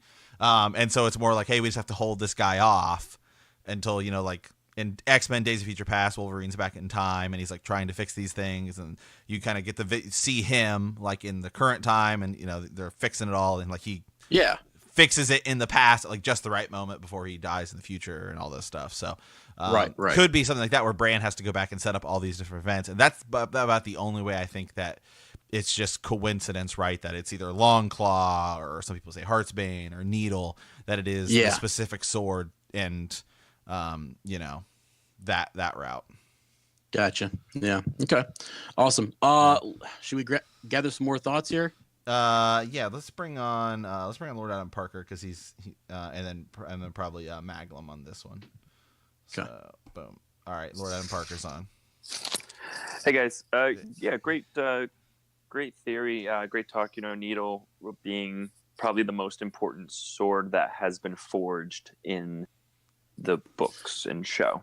Mm-hmm. Definitely John loves Arya the most. I agree with all that stuff. Mm-hmm. And yeah, it's not. There's no, any sword could be Lightbringer. Technically, I don't think we're looking for a red sword. I think one could be transformed into it. Right. That makes sense as well. Although there is a good. Someone brought up Heartsbane, and I mean, come on, Heartsbane is like basically saying like you were stabbed in someone's heart. Right. Yeah, that's a good point. Yeah. Wow. Yeah. And I always forget about that one. From the trailer, it does appear that Ser Jorah has Heartsbane, and maybe he kills Dany, and he's Azor Ahai. Yeah, I still really do like the idea Nailed of somebody like the Hound or one of these other people being like Azor Ahai. I think I think that would be really cool. I'm pretty into. Yeah, no, you go first. Well, actually, wait. Go ahead. Yeah, go ahead, Lord. Mine's pretty a little off deck. I'm into the idea of it being Jaime as Azor Ahai. I would not be. I would not be unhappy if it was Jaime. Okay. As like one of those Sandor, Anyway. No, that's cool. I like that. I mean, we actually skipped we'll have to come back to that Raven at some point, but we often, how we talk about, Aemon, when he was on his way to trying to get to the Citadel with Sam, talks about how the prince that was promised could have been the princess that was promised. Mm-hmm. Yes. I sometimes when we talk about Azor Ahai, brought up, Jorah using that sword against Dany, and I just clicked in my head, why wouldn't maybe Dany or someone like a female use a sword, to plunge a sword into a male's heart? You know what I mean? We always think about it. True. Mm-hmm. Not that there's any real evidence for it. I just think. What if like Jorah's gonna betray Dany and then someone stops him and like hits him or something, and Dany picks up the sword and like shoves it into Jorah's heart? Yeah. Yeah. I mean, that could be. Yeah. I mean, has she been betrayed for love yet? It's in the book. What was it? Gold, love, and war. Yeah. Oh gosh. Yeah, we'd have to look that up. Yeah. That could be. I think Dany being betrayed for gold, if that's one of the prophecies, is Cersei saying that they will go north and then getting the Golden Company. Oh yeah. I like that. But she hasn't been portrayed for love, I think. Assume like her prophecy gets undermentioned. We should talk about that soon. And I haven't gotten. I'm right up to the point in Jaime's fever dream. I actually saw a video about his fever dream, and like I'm excited to read that part in the books. I'm sure there's a ton of clues of his fever dream and Dany's prophecy when she's in the house and dying. Like I think these are like they talk about the blue flower of Lyanna in the wall. They talk about the king with no shadow holding a flaming sword. Like, so in her prophecy is betrayed for love. I think it's that Jorah something Heartsbane. Like that would make sense to be Lightbringer. Needle's a good one too. I mean, Yeah. Ultimately, I think it is the Night's Watch. That's what I was going to ask you. Is that you said that in the past, right? Yeah. I said that in the books. It makes way too much sense for the Night Watch to not be it. And not that trailers really show literally anything. Like the whole point of a trailer is to throw misdirection.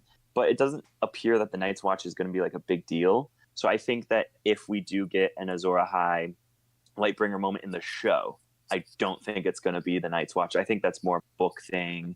That I think the final battle is going to happen at the wall or something. I'm not sure if it's going to come down or, who knows. But in the books, I mean, if they do a final battle in Winterfell, and if we do get an Azor Ahai, which George R. Martin was like, F prophecies. He's like, don't believe them. They're all liars. Is he saying that because, yes, you guys are correct in saying, hey, what about the women? All of these prophecies, Valonqar prophecy, is it the little brother? Is it the little daughter? Everything is mixed gender. Is it the prince that was promised? Is it the princess that was promised? Or is is that what Martin was saying when he's like, don't believe prophecies because they're all just about women instead of men? Right. But yeah, in the show, plausible that Needle could be Lightbringer, and there's a John Arya sacrifice, or a Heartsbane and Jorah and Danny. Yeah. What? One of the core things I took away from Raven too was the idea that it doesn't necessarily have to be like a romantic love. It could be that love, right? That's just someone you really deeply care about. Right. It's like Thanos throwing Gamora. The thing he loved the most. Yeah, that's a good point. Yeah, so that opens up a lot more different, possibilities, I think, sometimes. When you look at it that way. So someone sent a Raven, it was like, oh, so it's talking about, I think they mentioned that too, and it was like Stannis has to kill himself. Or who was it? It's like somebody just loves themselves, but they go through like legit one. Yeah. It's like this person's just into themselves. Yeah. But yeah, no, it's a really great point, and it really opens up your eyes, because like I think sometimes in these theories we get too focused on maybe the words, or too focused on the the moment or the movement, and we don't we have to open ourselves up to what if it is a brother sister love sacrifice, or what if it is a Winterfell sacrifice, or duty is something you love, anything like that. Yeah, that's a good point. I was looking up some of that, as you said, the three betrayals, blood, gold, and love, and that's I was. There's a lot of different take. I was just reading something real quickly while you were talking about the idea that how those things can be fulfilled and not be directly not a direct betrayal to Dany. It could even be through Tyrion or through someone else who betrays her for love, or something like that too, which then kind of expands that. Well, blood. That prophecy. Tyrion could betray her for Jaime, or for the his family, which it's kind of, they kind of point to it, or maybe he did that in 7 or something, and they do talk, like that's a huge possibility, and that could be the blood portrayal, or betrayal, I should say. It could be. Yes, it's any of these things, and I like the idea too that that Lightbringer could be not one of the most magnificent swords. It's not one of these super powerful Valyrian steel swords, but it's like this little tiny needle that's just castle forged steel, and it's like thin, and she can't kill the hound with it. It's like not right. It's she not tries a to quality. stab him, It's not a good sword. Like she can't physically do damage with this sword. And, maybe it's something else. Yeah, I like it. Good stuff. All right, awesome. Okay, let's see here, Sir Matt. So we've got, quite a bit here for Bloodraven. I thought maybe we could read some of the Bloodraven stuff, and then I know Maglum's got some thoughts on that. And you don't have to read all of it, because we've got Royal Selward the Third, King of the North. By the way, he wanted us to clarify, King of the North Carolina, protector of the realm of the so. Because he was like, I don't want anybody thinking that I am, trying to take the title there, Right. So we totally understand that. That's okay, man. Coming from Ohio, we still have problems with North Carolina. So just all right. There's only one. There's only one state of aviation. All right, and it's ours. So. Oh my god. Yeah, that's right. So Royal Sour.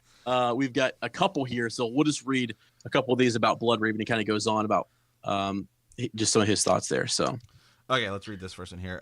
Sir Ezra and Sir Matt, thank you all for the thank you for all that you do. I really enjoy the podcast and all of the extra Patreon content. I am primarily a show watcher, but have listened to the first 2 audiobooks. I'm currently trudging through the reread episodes of the podcast in hopes of being current prior to the season 8 premiere. Right now, I am up to June 29th show. It is frustrating to be behind because there are so many things that you guys have talked about that I want to chime in on, but I think that it's all pretty fair game and moving forward. So here are some thoughts about Bloodraven.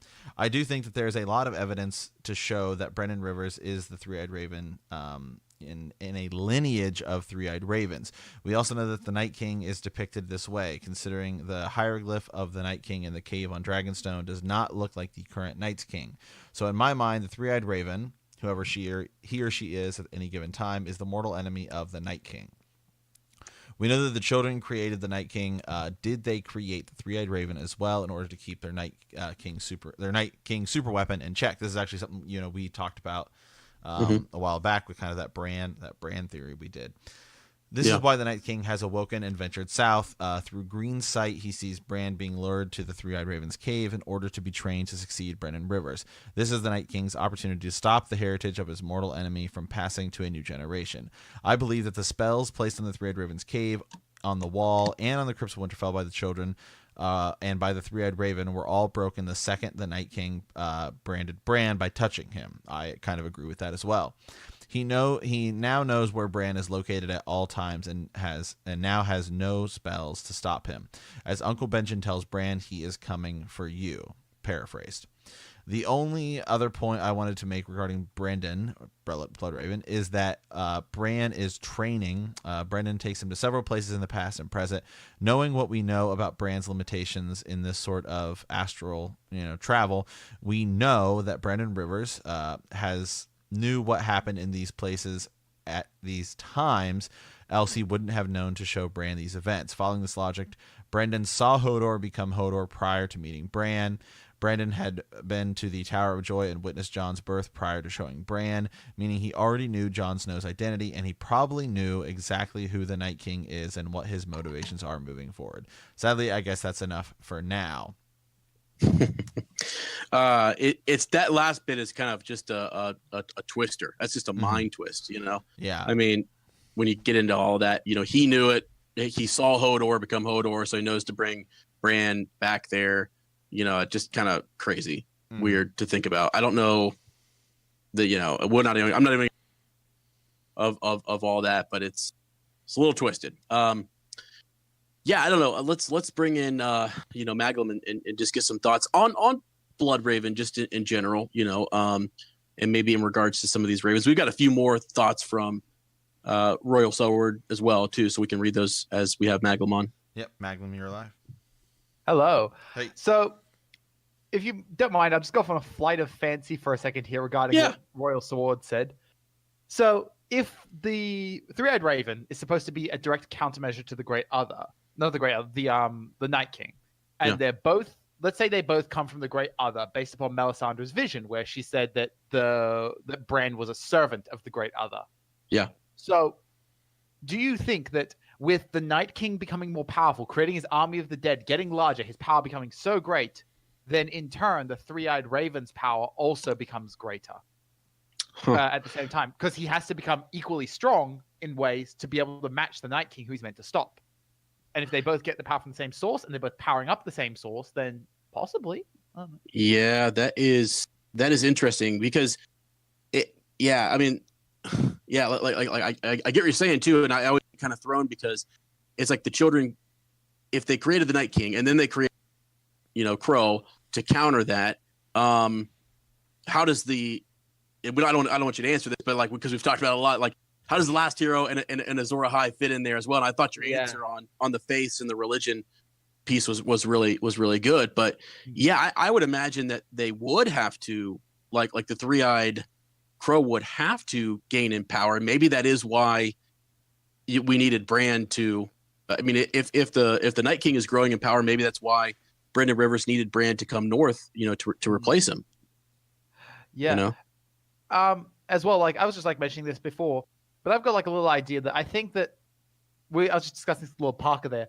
That I think the green site, pure green site, because it's been known for wargs have the ability, but just green site alone, I think it comes more from the Riverlands than it does from the north, because you've got the Isle of Faces there in the Riverlands, which is the major, quite possible major hub for Children of the Forest. That might be where more interaction occurred, and because we look at it, we've got Brendan Rivers has the green site, Jojen Reed has the green site, Bran has the green site.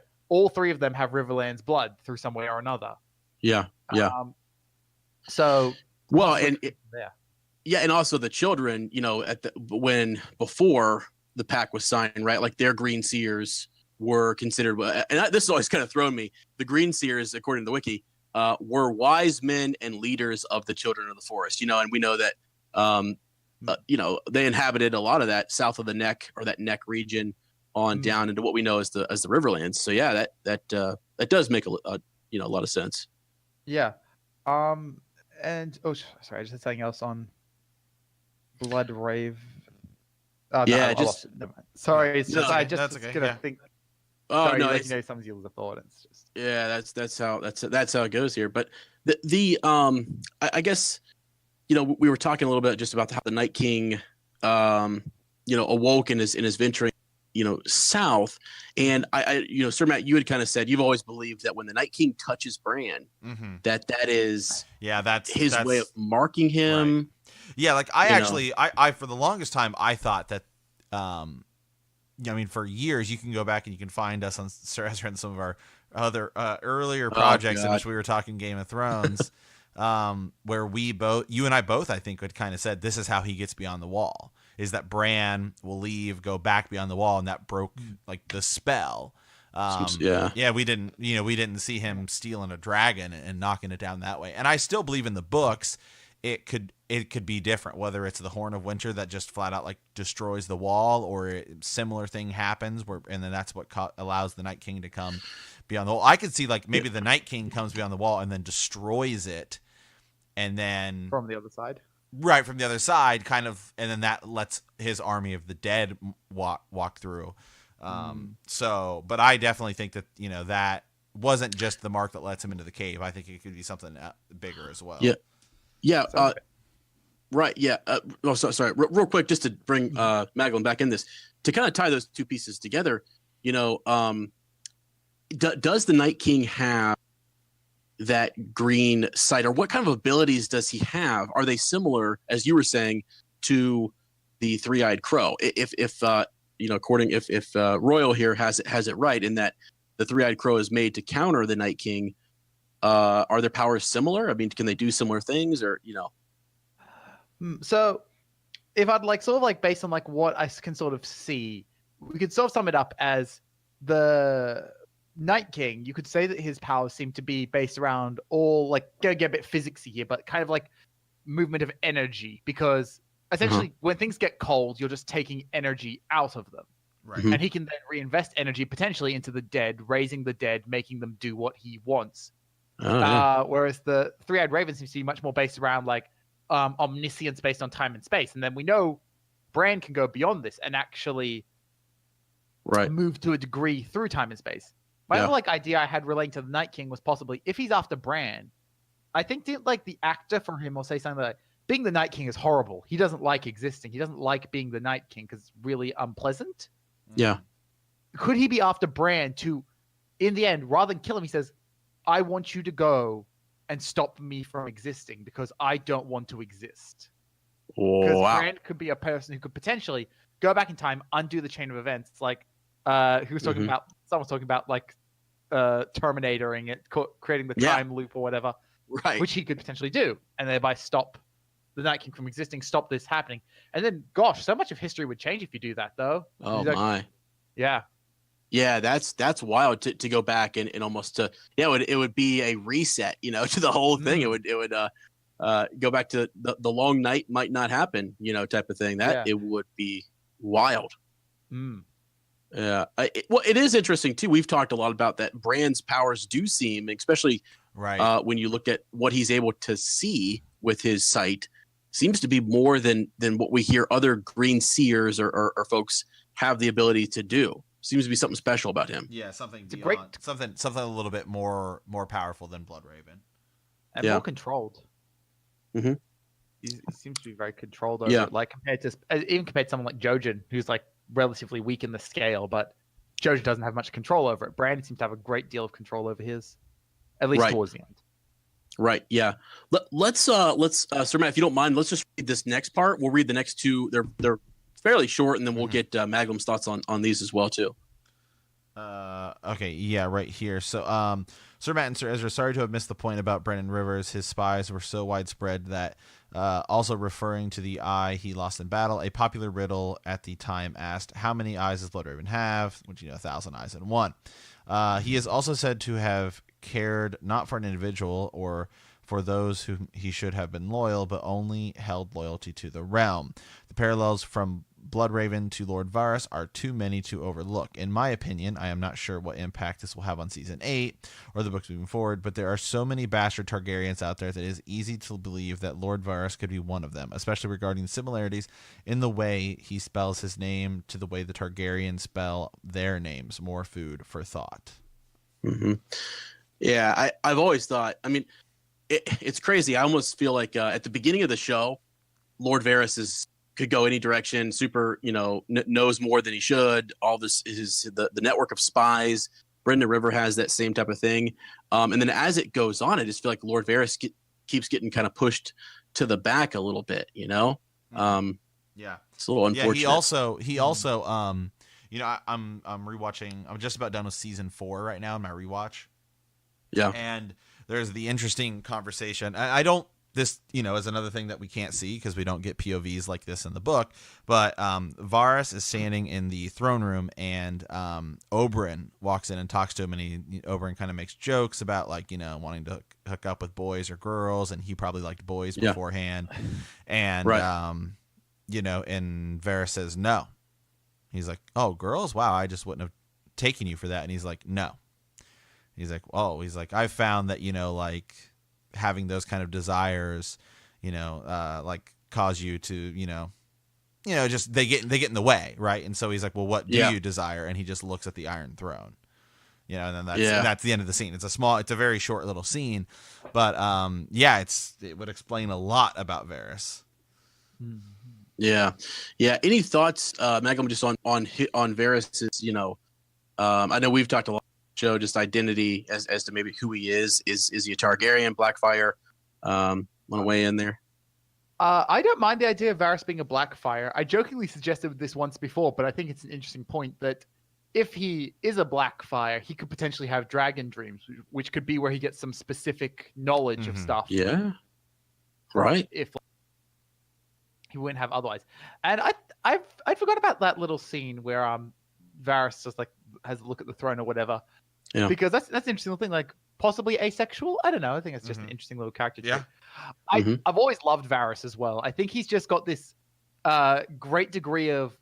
I'd say he's probably one of the most good aligned characters we sort of see, because he's just trying to make sure things run smoothly and sort of as few people die as possible all the time. But I don't know. He might have his whole greater plan in the works or something like that. But I don't know. Yeah.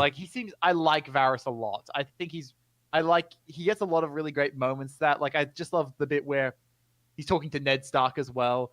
And Ned's just basically you watched me get completely cut down then. And he's like, and I would again. I was unarmed, and surrounded by Lannister men. What do you want me to do?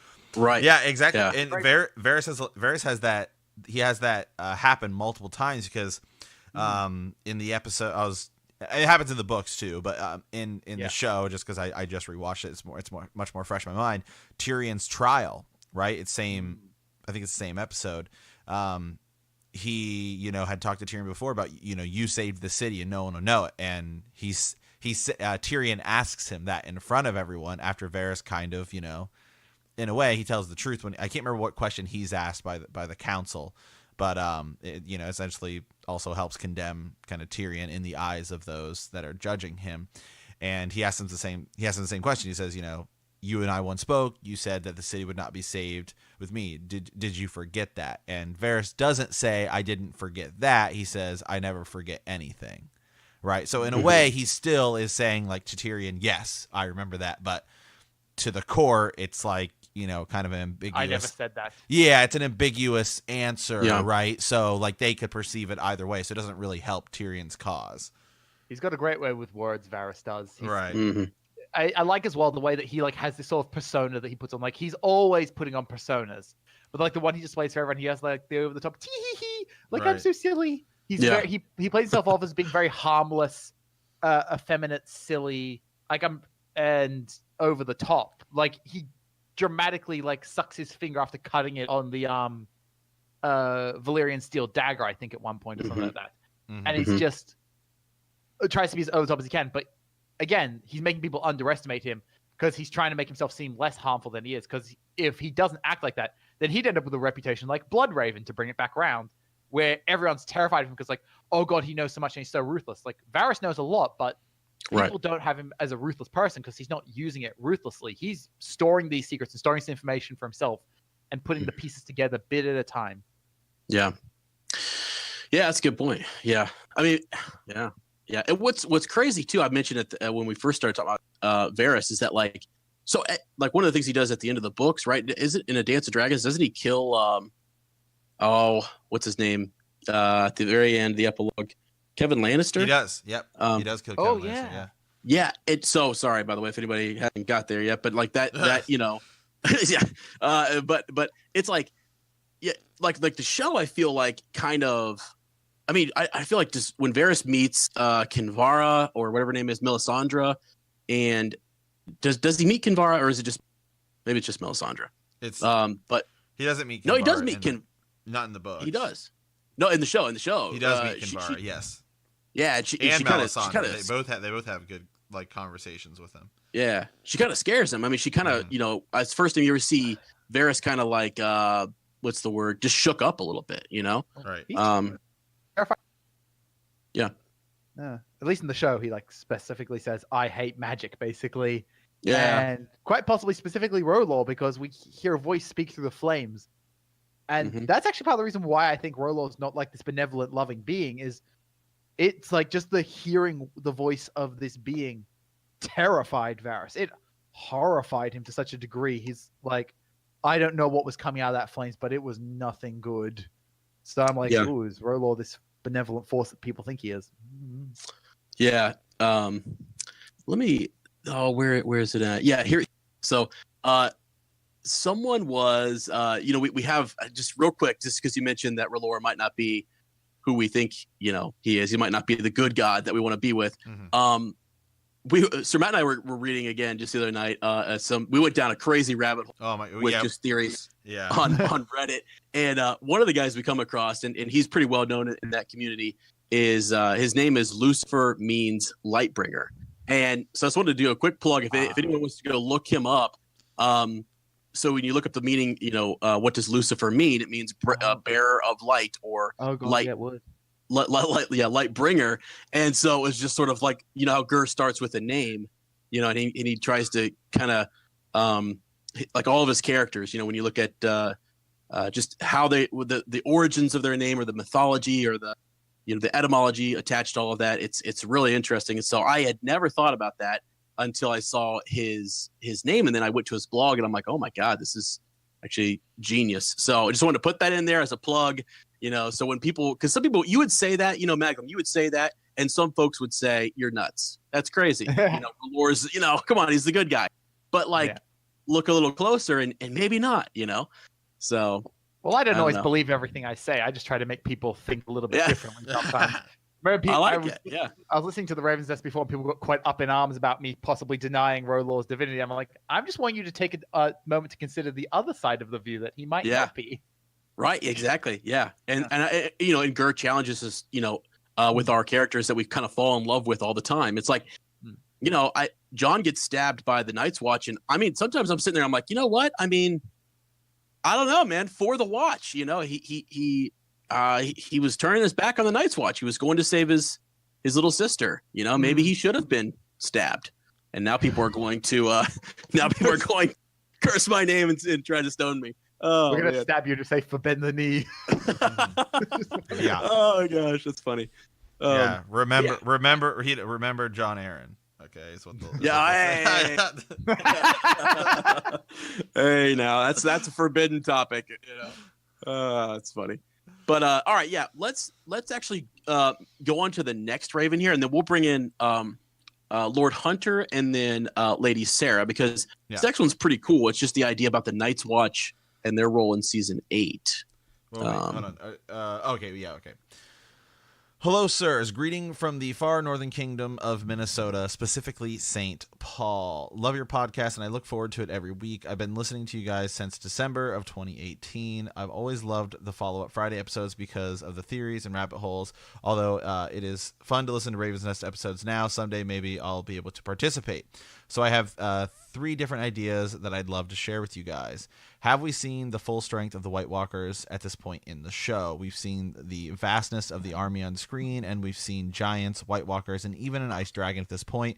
But is there more to come during the final season? One thing that always sticks with me is when Old Nan, back in Book 1, was refreshing Bran with the old stories. She turned a dark corner and went into the depth of the horrors of the long night.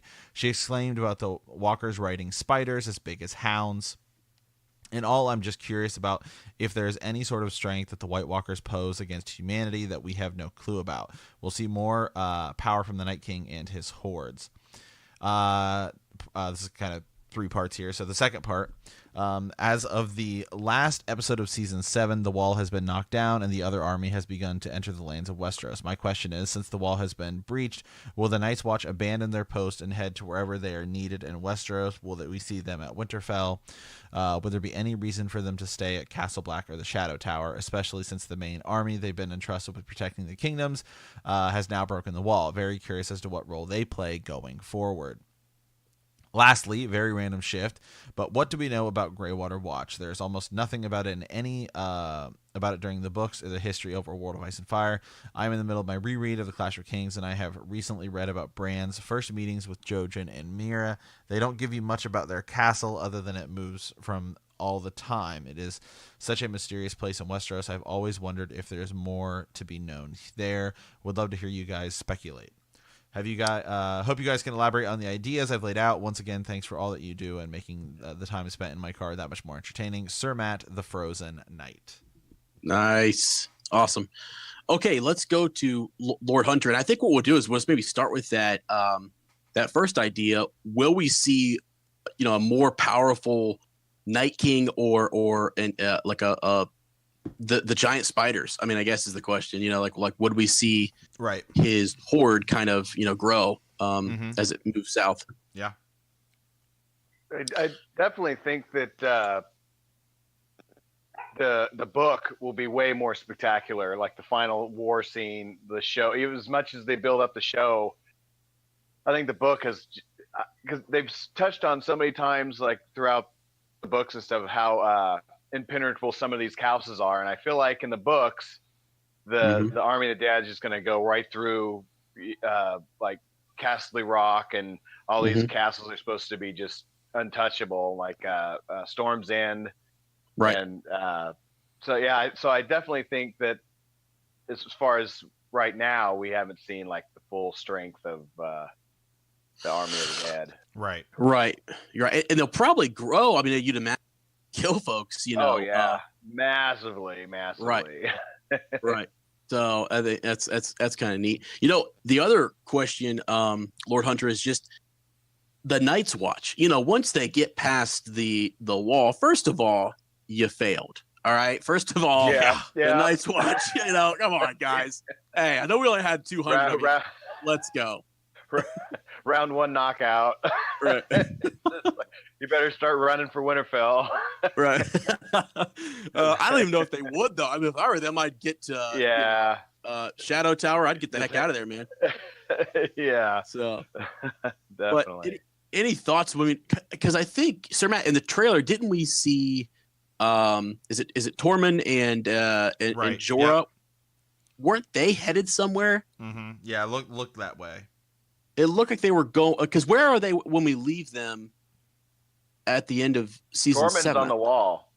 He's running for his life as the wall falls, I think, trying to find his way down the backside. Yeah, wow. So those guys, we could pick up maybe with them early on and kind of see, what's happening with the Night's Watch. I'm guessing we're going to have to, address that. I mean, the half the wall's been blown away. So, I don't know. I think that's a good question to ask is do they have even time to retreat to Winterfell? Or, you know what? Maybe they don't even show that. And it's like when Jon and everyone else sort of sees this horde approaching, a bunch of crows are in the front, and they've got their, all of his friends have been turned or something crazy. Yeah. Yeah, that's great. Yeah. That'd be nuts. I definitely think we're going to see somebody that they know as a white. Whether it's Hodor or or some members of the Night's Watch or something, we're definitely going to see somebody that they know. I didn't Well- even think about Hodor until today. I was like, you got to be kidding me. Yeah. that's gonna be a bummer, man. Yeah. like- Well, Oh, since we're talking about it, I mean, someone brought up a comment down here. It might have been someone mentioned that would he? I think it was you, Lord Hunter, said that. What if he Yeah. kills Bran? You know? yeah, that would be because he figured he spent the whole half of the story protecting him and carrying him, and then how Right. ironic it'd be for him to get into the castle and somehow corner him. He can't go nowhere.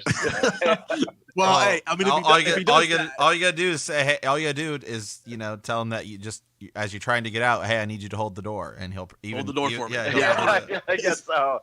I guess that. luckily for Bran, he could. Well, I don't know. I guess Bran couldn't warg into a dead. Oh no, we'll person, find I out. guess. Oh, that's a good. Yeah, I don't know. That's interesting. Huh. Yeah. But yeah, I always to like sitting here now, just thinking back, even when we were done with the whole Hodor thing, in that last season, I was asking Sir Matt, I'm like, is he still holding that same door? Is he I still hope up so. there, Yeah. just holding back?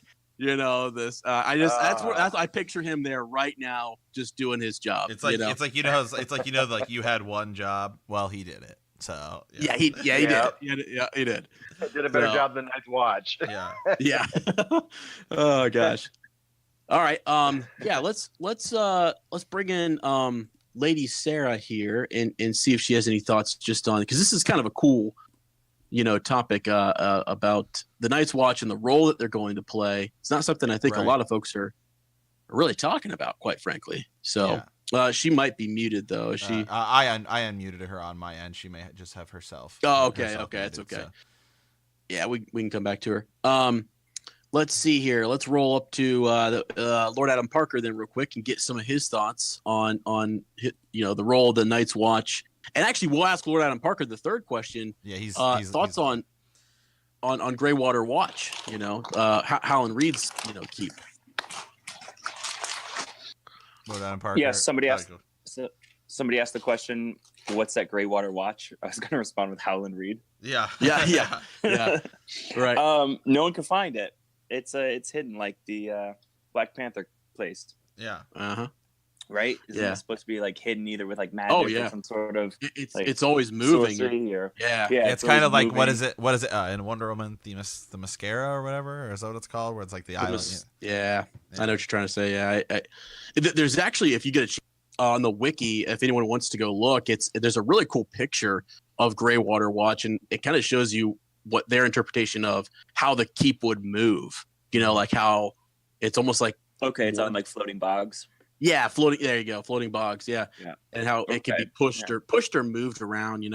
I see. Yeah, Howland Reed probably can't figure out a way out. Stuck. Yeah, maybe it's been raining too Quite much. And it's literally, just quite literally stuck in the mud. Like stuck in the He's mud. stuck in the mud. Yeah. It's a cool place though. I mean, it's a neat. We haven't seen anything from him in the show or the books. No, yeah, and I mentioned this earlier. It's Gurm said you can't bring a character like that in because he just knows too much, Right. and it's almost Right. it sucks because it's like, yeah, this guy would literally help everyone out, and he Mhm. can't be brought in because he just gives away the plot. Right. I'm So sure it's he kind of will. a- It's just gonna be later. Definitely later on in the show, once everything, assuming the John parentage, like assuming that goes down, and then he shows up. Maybe he shows up to confirm it. Everyone's kind of saying like, yeah, like Mira Reed left in the show, which Right. seems Mhm. weird. So it makes it seem super likely that she's going to show up with Papa Reed, Right. and he's just going to be like, oh yeah, I was there. Let me explain how this Yeah. battle went down or something Yeah. like that. That would be so cool. That'd be so cool Yeah. if that happens in the show. Yeah. Yeah. And then yeah. you had Thoughts on the questions Night's Watch? The Night's Watch. Yep. Yeah. So in the trailer, you got Tormund, Dolores Ed, and Beric Dondarrion. Beric's using his flaming sword to light up a passageway, and I believe they're in Eastwatch by the sea.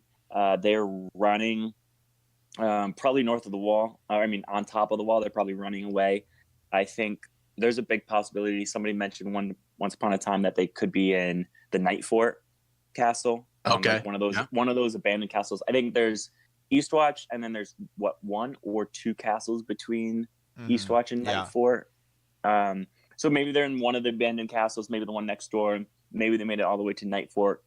I think like they don't have to go to Nightfort. It's just like kind of that's the only castle we know. So maybe they're in an abandoned castle. They find their way down safely. I guess it would have to. I mean, no. Dolorous Ed is in Castle Black still. So how does he show up with Tormund and Beric? So maybe they go to Castle Black. Maybe they go somewhere and they have to like light their way through tunnels. I kind of like the idea that, I mean, you never know how fast these guys can run. They can certainly. I mean, Gendry, you know, can run just. They can go Gendry speed. This show can make them go as fast or slow as they want to. I like the idea. I don't know if someone mentioned it or maybe it's just something I thought of.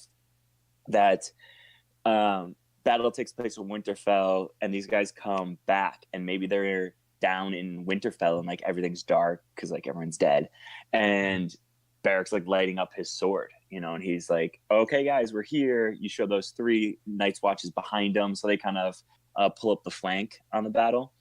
You know, whether they make it in time of the battle or maybe they don't. But definitely, I think so. In the trailer, Dolorous Ed, I think, symbolizes Night's Watch.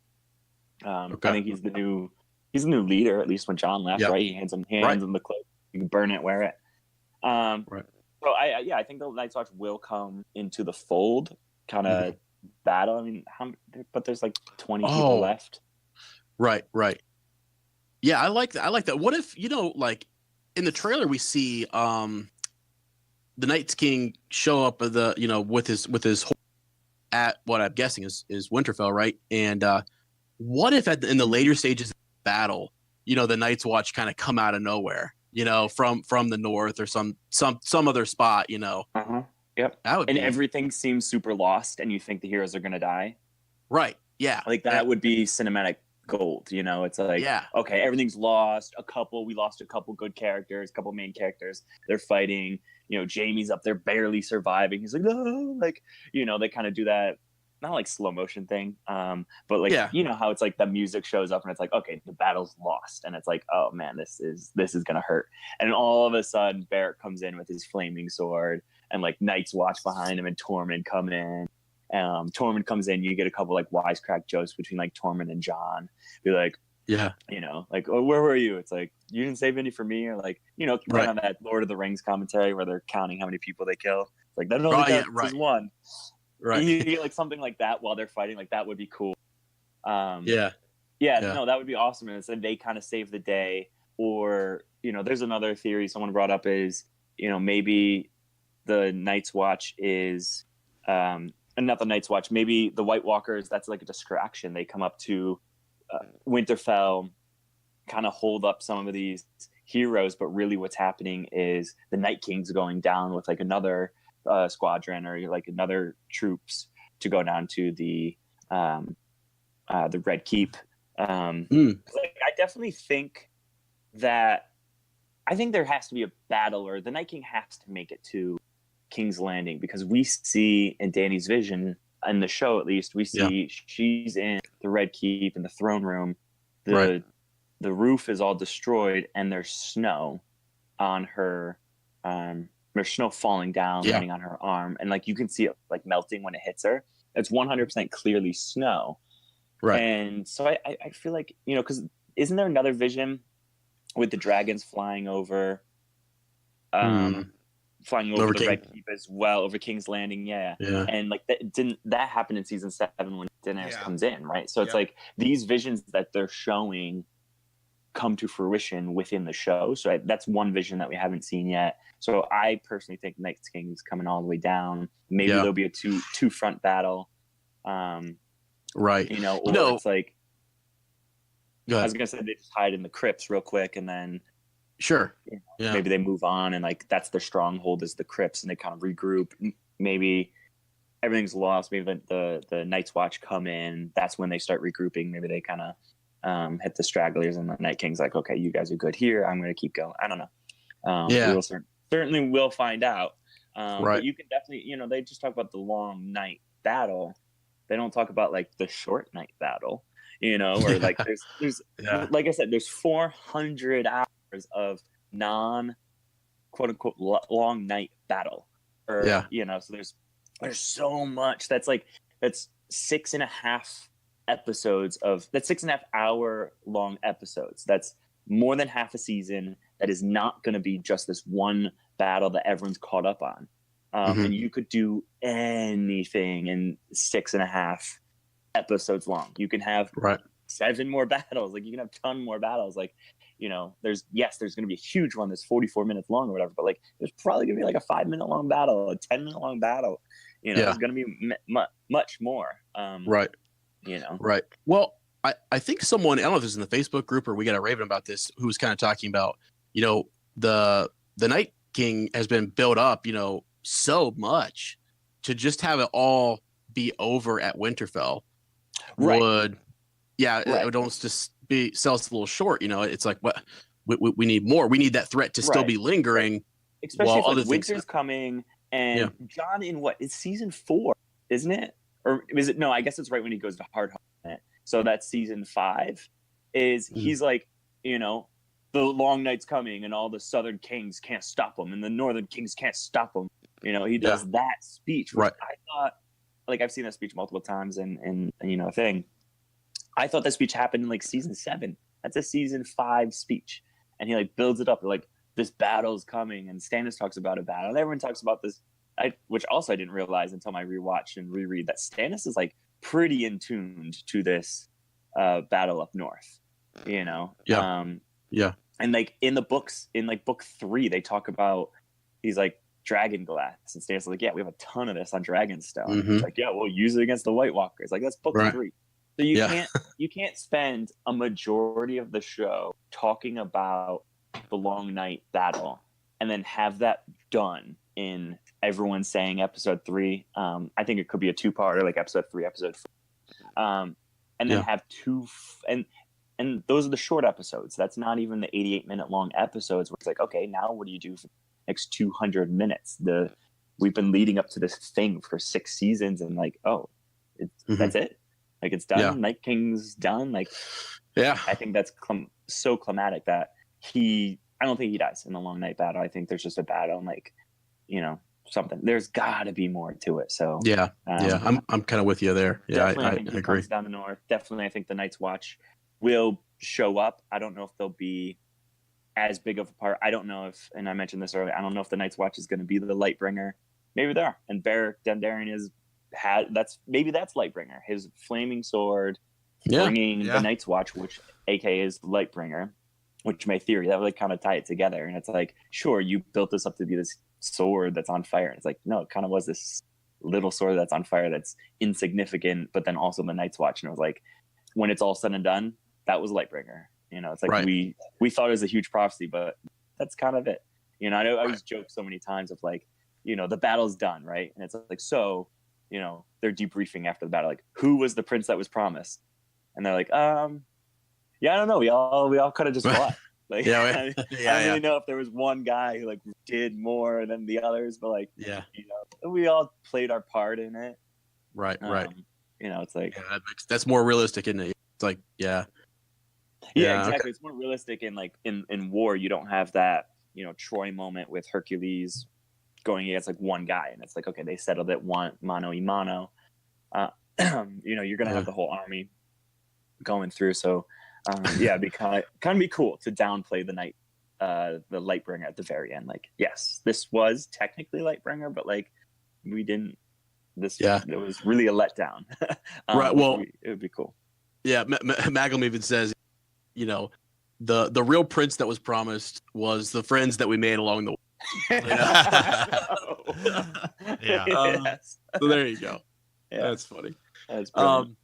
All right. Well, I think, Sir Matt, we have maybe just one more, and then kind of do like a round robin. Get everybody's thoughts. We're at about 2.5 hours right now. So. Oh, nice. Okay. Wow. Yeah. Perfect for any. Yeah, that's perfect. Monday's gonna be great. Yeah. So let's. We kind of talked about this last one a little bit, like the return of Hodor, which is the very last one. Yeah. we have Bran's vision, and it's It might- really, yeah. What do you think? It might be kind of long. There was one we'd actually skipped over like one or two. Yeah, I put the who is Nisa, and then we've got Jaime Lannister is Azor Ahai, and Patchface. Yeah, Those are the remaining ones. Yeah, I guess we could just kind of maybe. We could probably. You know what? Hey, here we go. I mean, with that question of that we have of the return of Hodor, as I call it. I mean, we could kind of get like a couple yes or no. Will we see him? Does he kill Bran? That sort of thing, or like what's a question that we could kind of, because I think this is the last Raven's Nest that we have before the show. Yeah, so the next one's probably gonna be all season 8. So yeah, like some predictions maybe or something. Yeah. Okay. So let's just do that instead. Kind of. Let's say which character, whether they return as a white or they are somehow still alive, going into season 8. So somebody we haven't seen in a while. Would you most want to see on screen? A character I would love, and I think it would be an interesting way to do it. And like kind of like as a fan service nod, I'm gonna go with something of you, Sir Ezra. Is I think and I'm talking. I think this character returns maybe as a white, which would be cool, from the crypts, possibly of Winterfell, which I'm presuming is where she's buried, and that would be Catelyn Stark. Then that would be like we see a white Catelyn Stark, and that is just kind of a nod, right, to Lady Stoneheart, right? It's just kind of like we didn't get her in here, in the show, and it's just a way to kind of fan service, do a quick fan service of like Lady Stoneheart. Yeah, I mean, I see. Maybe they brought her bones back, or they brought her body back, and so like she gets raised right as a white. Like that's kind of what this Hodor question, was going to be. So and Hodor's one. So yeah, so. Real quick on that. Like if we go south, let's say like Lord Adam Parker was just saying, if we don't win or outright win the Battle of Winterfell, and they move further south, and that army, we start to rise. Because when we get to the neck, I mean, if Catelyn Tully hasn't been given that last kiss by Beric Dondarrion, then that could happen. We could see her as Lady Stoneheart too. Yeah. So yeah. All right. Well, yeah. Let's go around the horn and see like what's the character. It could be a character like Hallan Reed. Bring him in. It could be a character like Syrio Farrell, Jack and Hagar, Dario Naharis. Maybe he brings over like Quaithe. Yeah, somebody. So who's going to be somebody we may see in season 8 that we haven't seen in a while? I'm going to start with Lord Hunter and just kind of move down the list, and we'll finish with Lady Sarah here. So I like this. Yeah. Oh man, God, tough, that's a good one. It's tough. As far as this, are they coming back as a zombie on this question? Doesn't have to be a zombie. Just could be somebody. Hallan Reed. It's going to really annoy me if Hallan Reed doesn't show up at some point and start explaining something. I feel like he's got it. I mean, but as far as or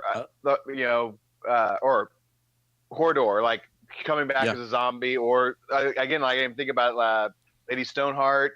All these people that their bodies are still maybe intact somewhere and hadn't been burned. I don't know with Martell, I don't know if his body was burned or not, but if they get all the way to King's Landing, I don't know what they did with his body, but right. Prince Oberyn or something like that. Like depends on how far down they get, whether they could raise more of the folks who have died. That's an interesting thought. Yeah, that'd be interesting. I like if that. They get all the way to King's Landing. Right. Well, I like what you're saying too. Like everyone, I think wants to see like Hallan Reed come back and just explain some crap. Like tell us what the heck's going on. Just Scooby-Doo ending the thing. Right, yeah. If it weren't for you, it was me all along. Yeah. Oh, God. That's great. Awesome. All right, cool. Yeah. All right, let's go down the list here.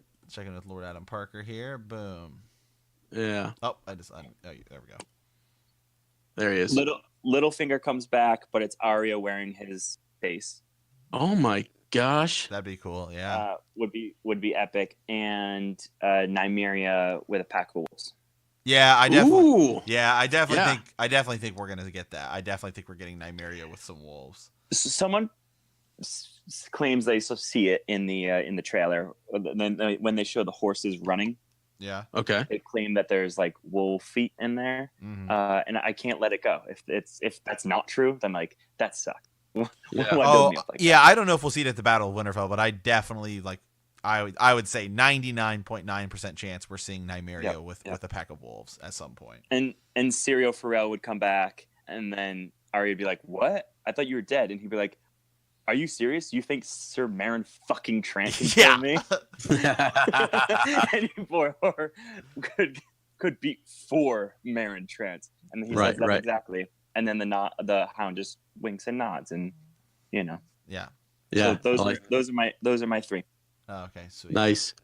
All right, cool. And real quick before we go to Maglum, Okay. Lady Liz actually has said on here, she said, someone who survived the Sept explosion, or of course Hallan Reed. But, the idea that could anybody have survived that crap, the explosion there at the Great Sept? Man, I would love it if Marjorie Tyrell survived, because I think, the Tyrells kind of get the short end of the stick, man.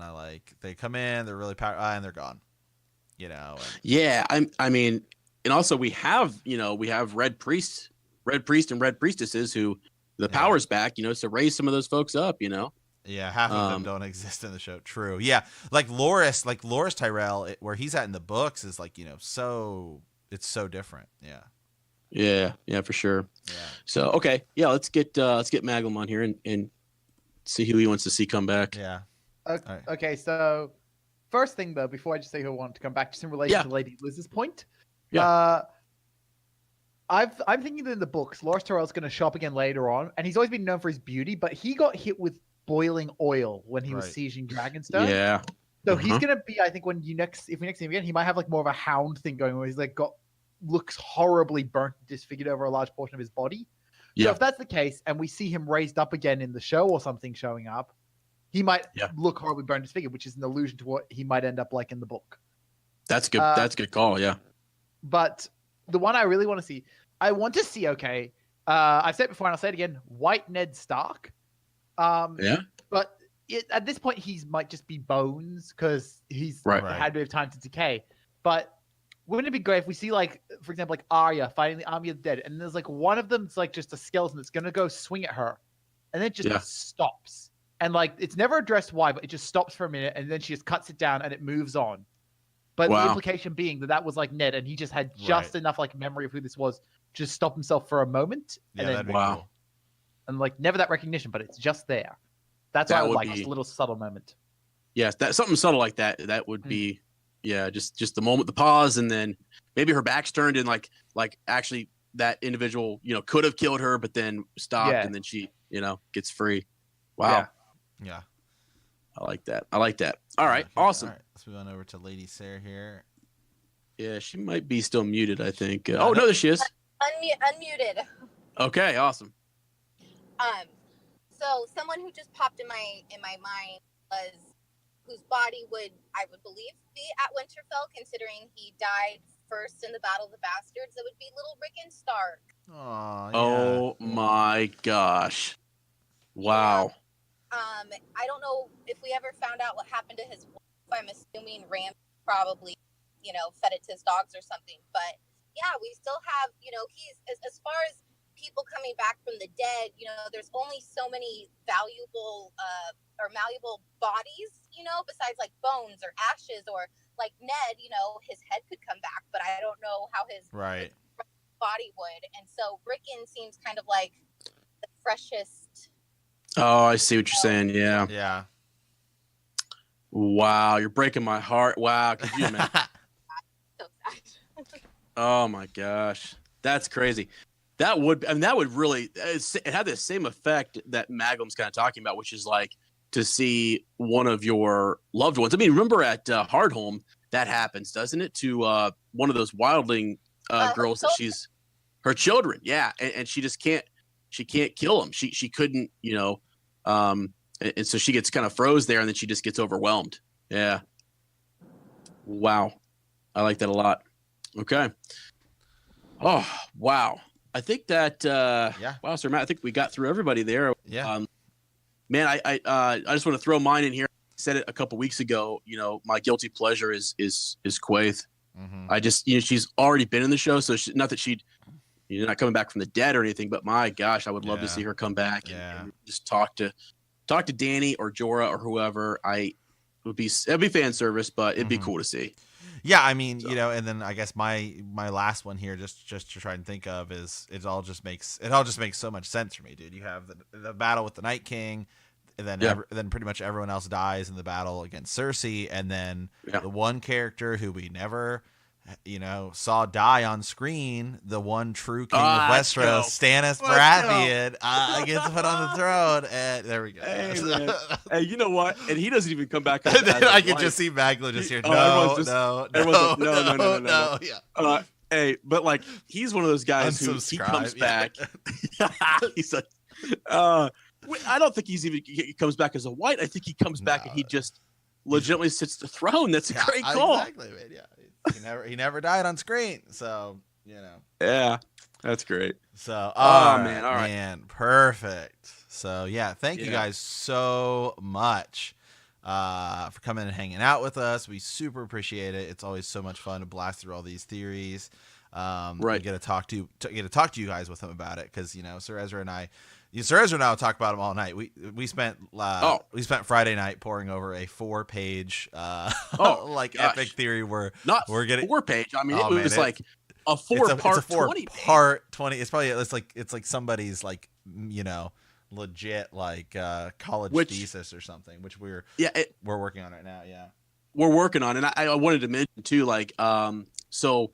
If you want to participate in this, you know, all of our patrons, we can't thank them enough. Like, it's so cool that we're able to, we had that kind of support, and we've got good folks in the Facebook group. We had a lot of Bannermen reach out to us, and want to give a shout out to all of them, you know, because they weren't able to make it today.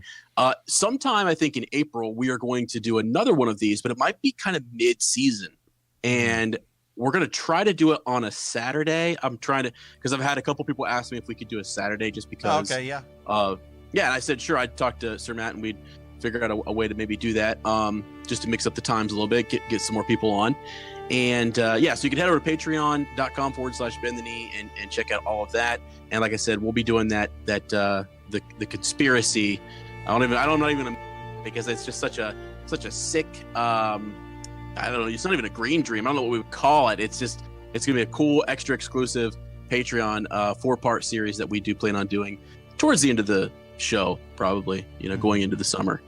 So, but yeah, it's been fun. Been a lot of fun. Yeah, absolutely. So, all right, guys. Well, we have the reread coming for you later this week. So, as we're going to record that later this week, so we can get this Raven's Nest posted as early as possible. And people have asked me to, you know, they say they miss, you know, that we haven't used older, different sayings, right? You know, from just different houses and stuff like that. So so I thought you know, let's go back, let's find one we haven't used in a while. So in the words of House Greyjoy, Sir Ezra, we do not sow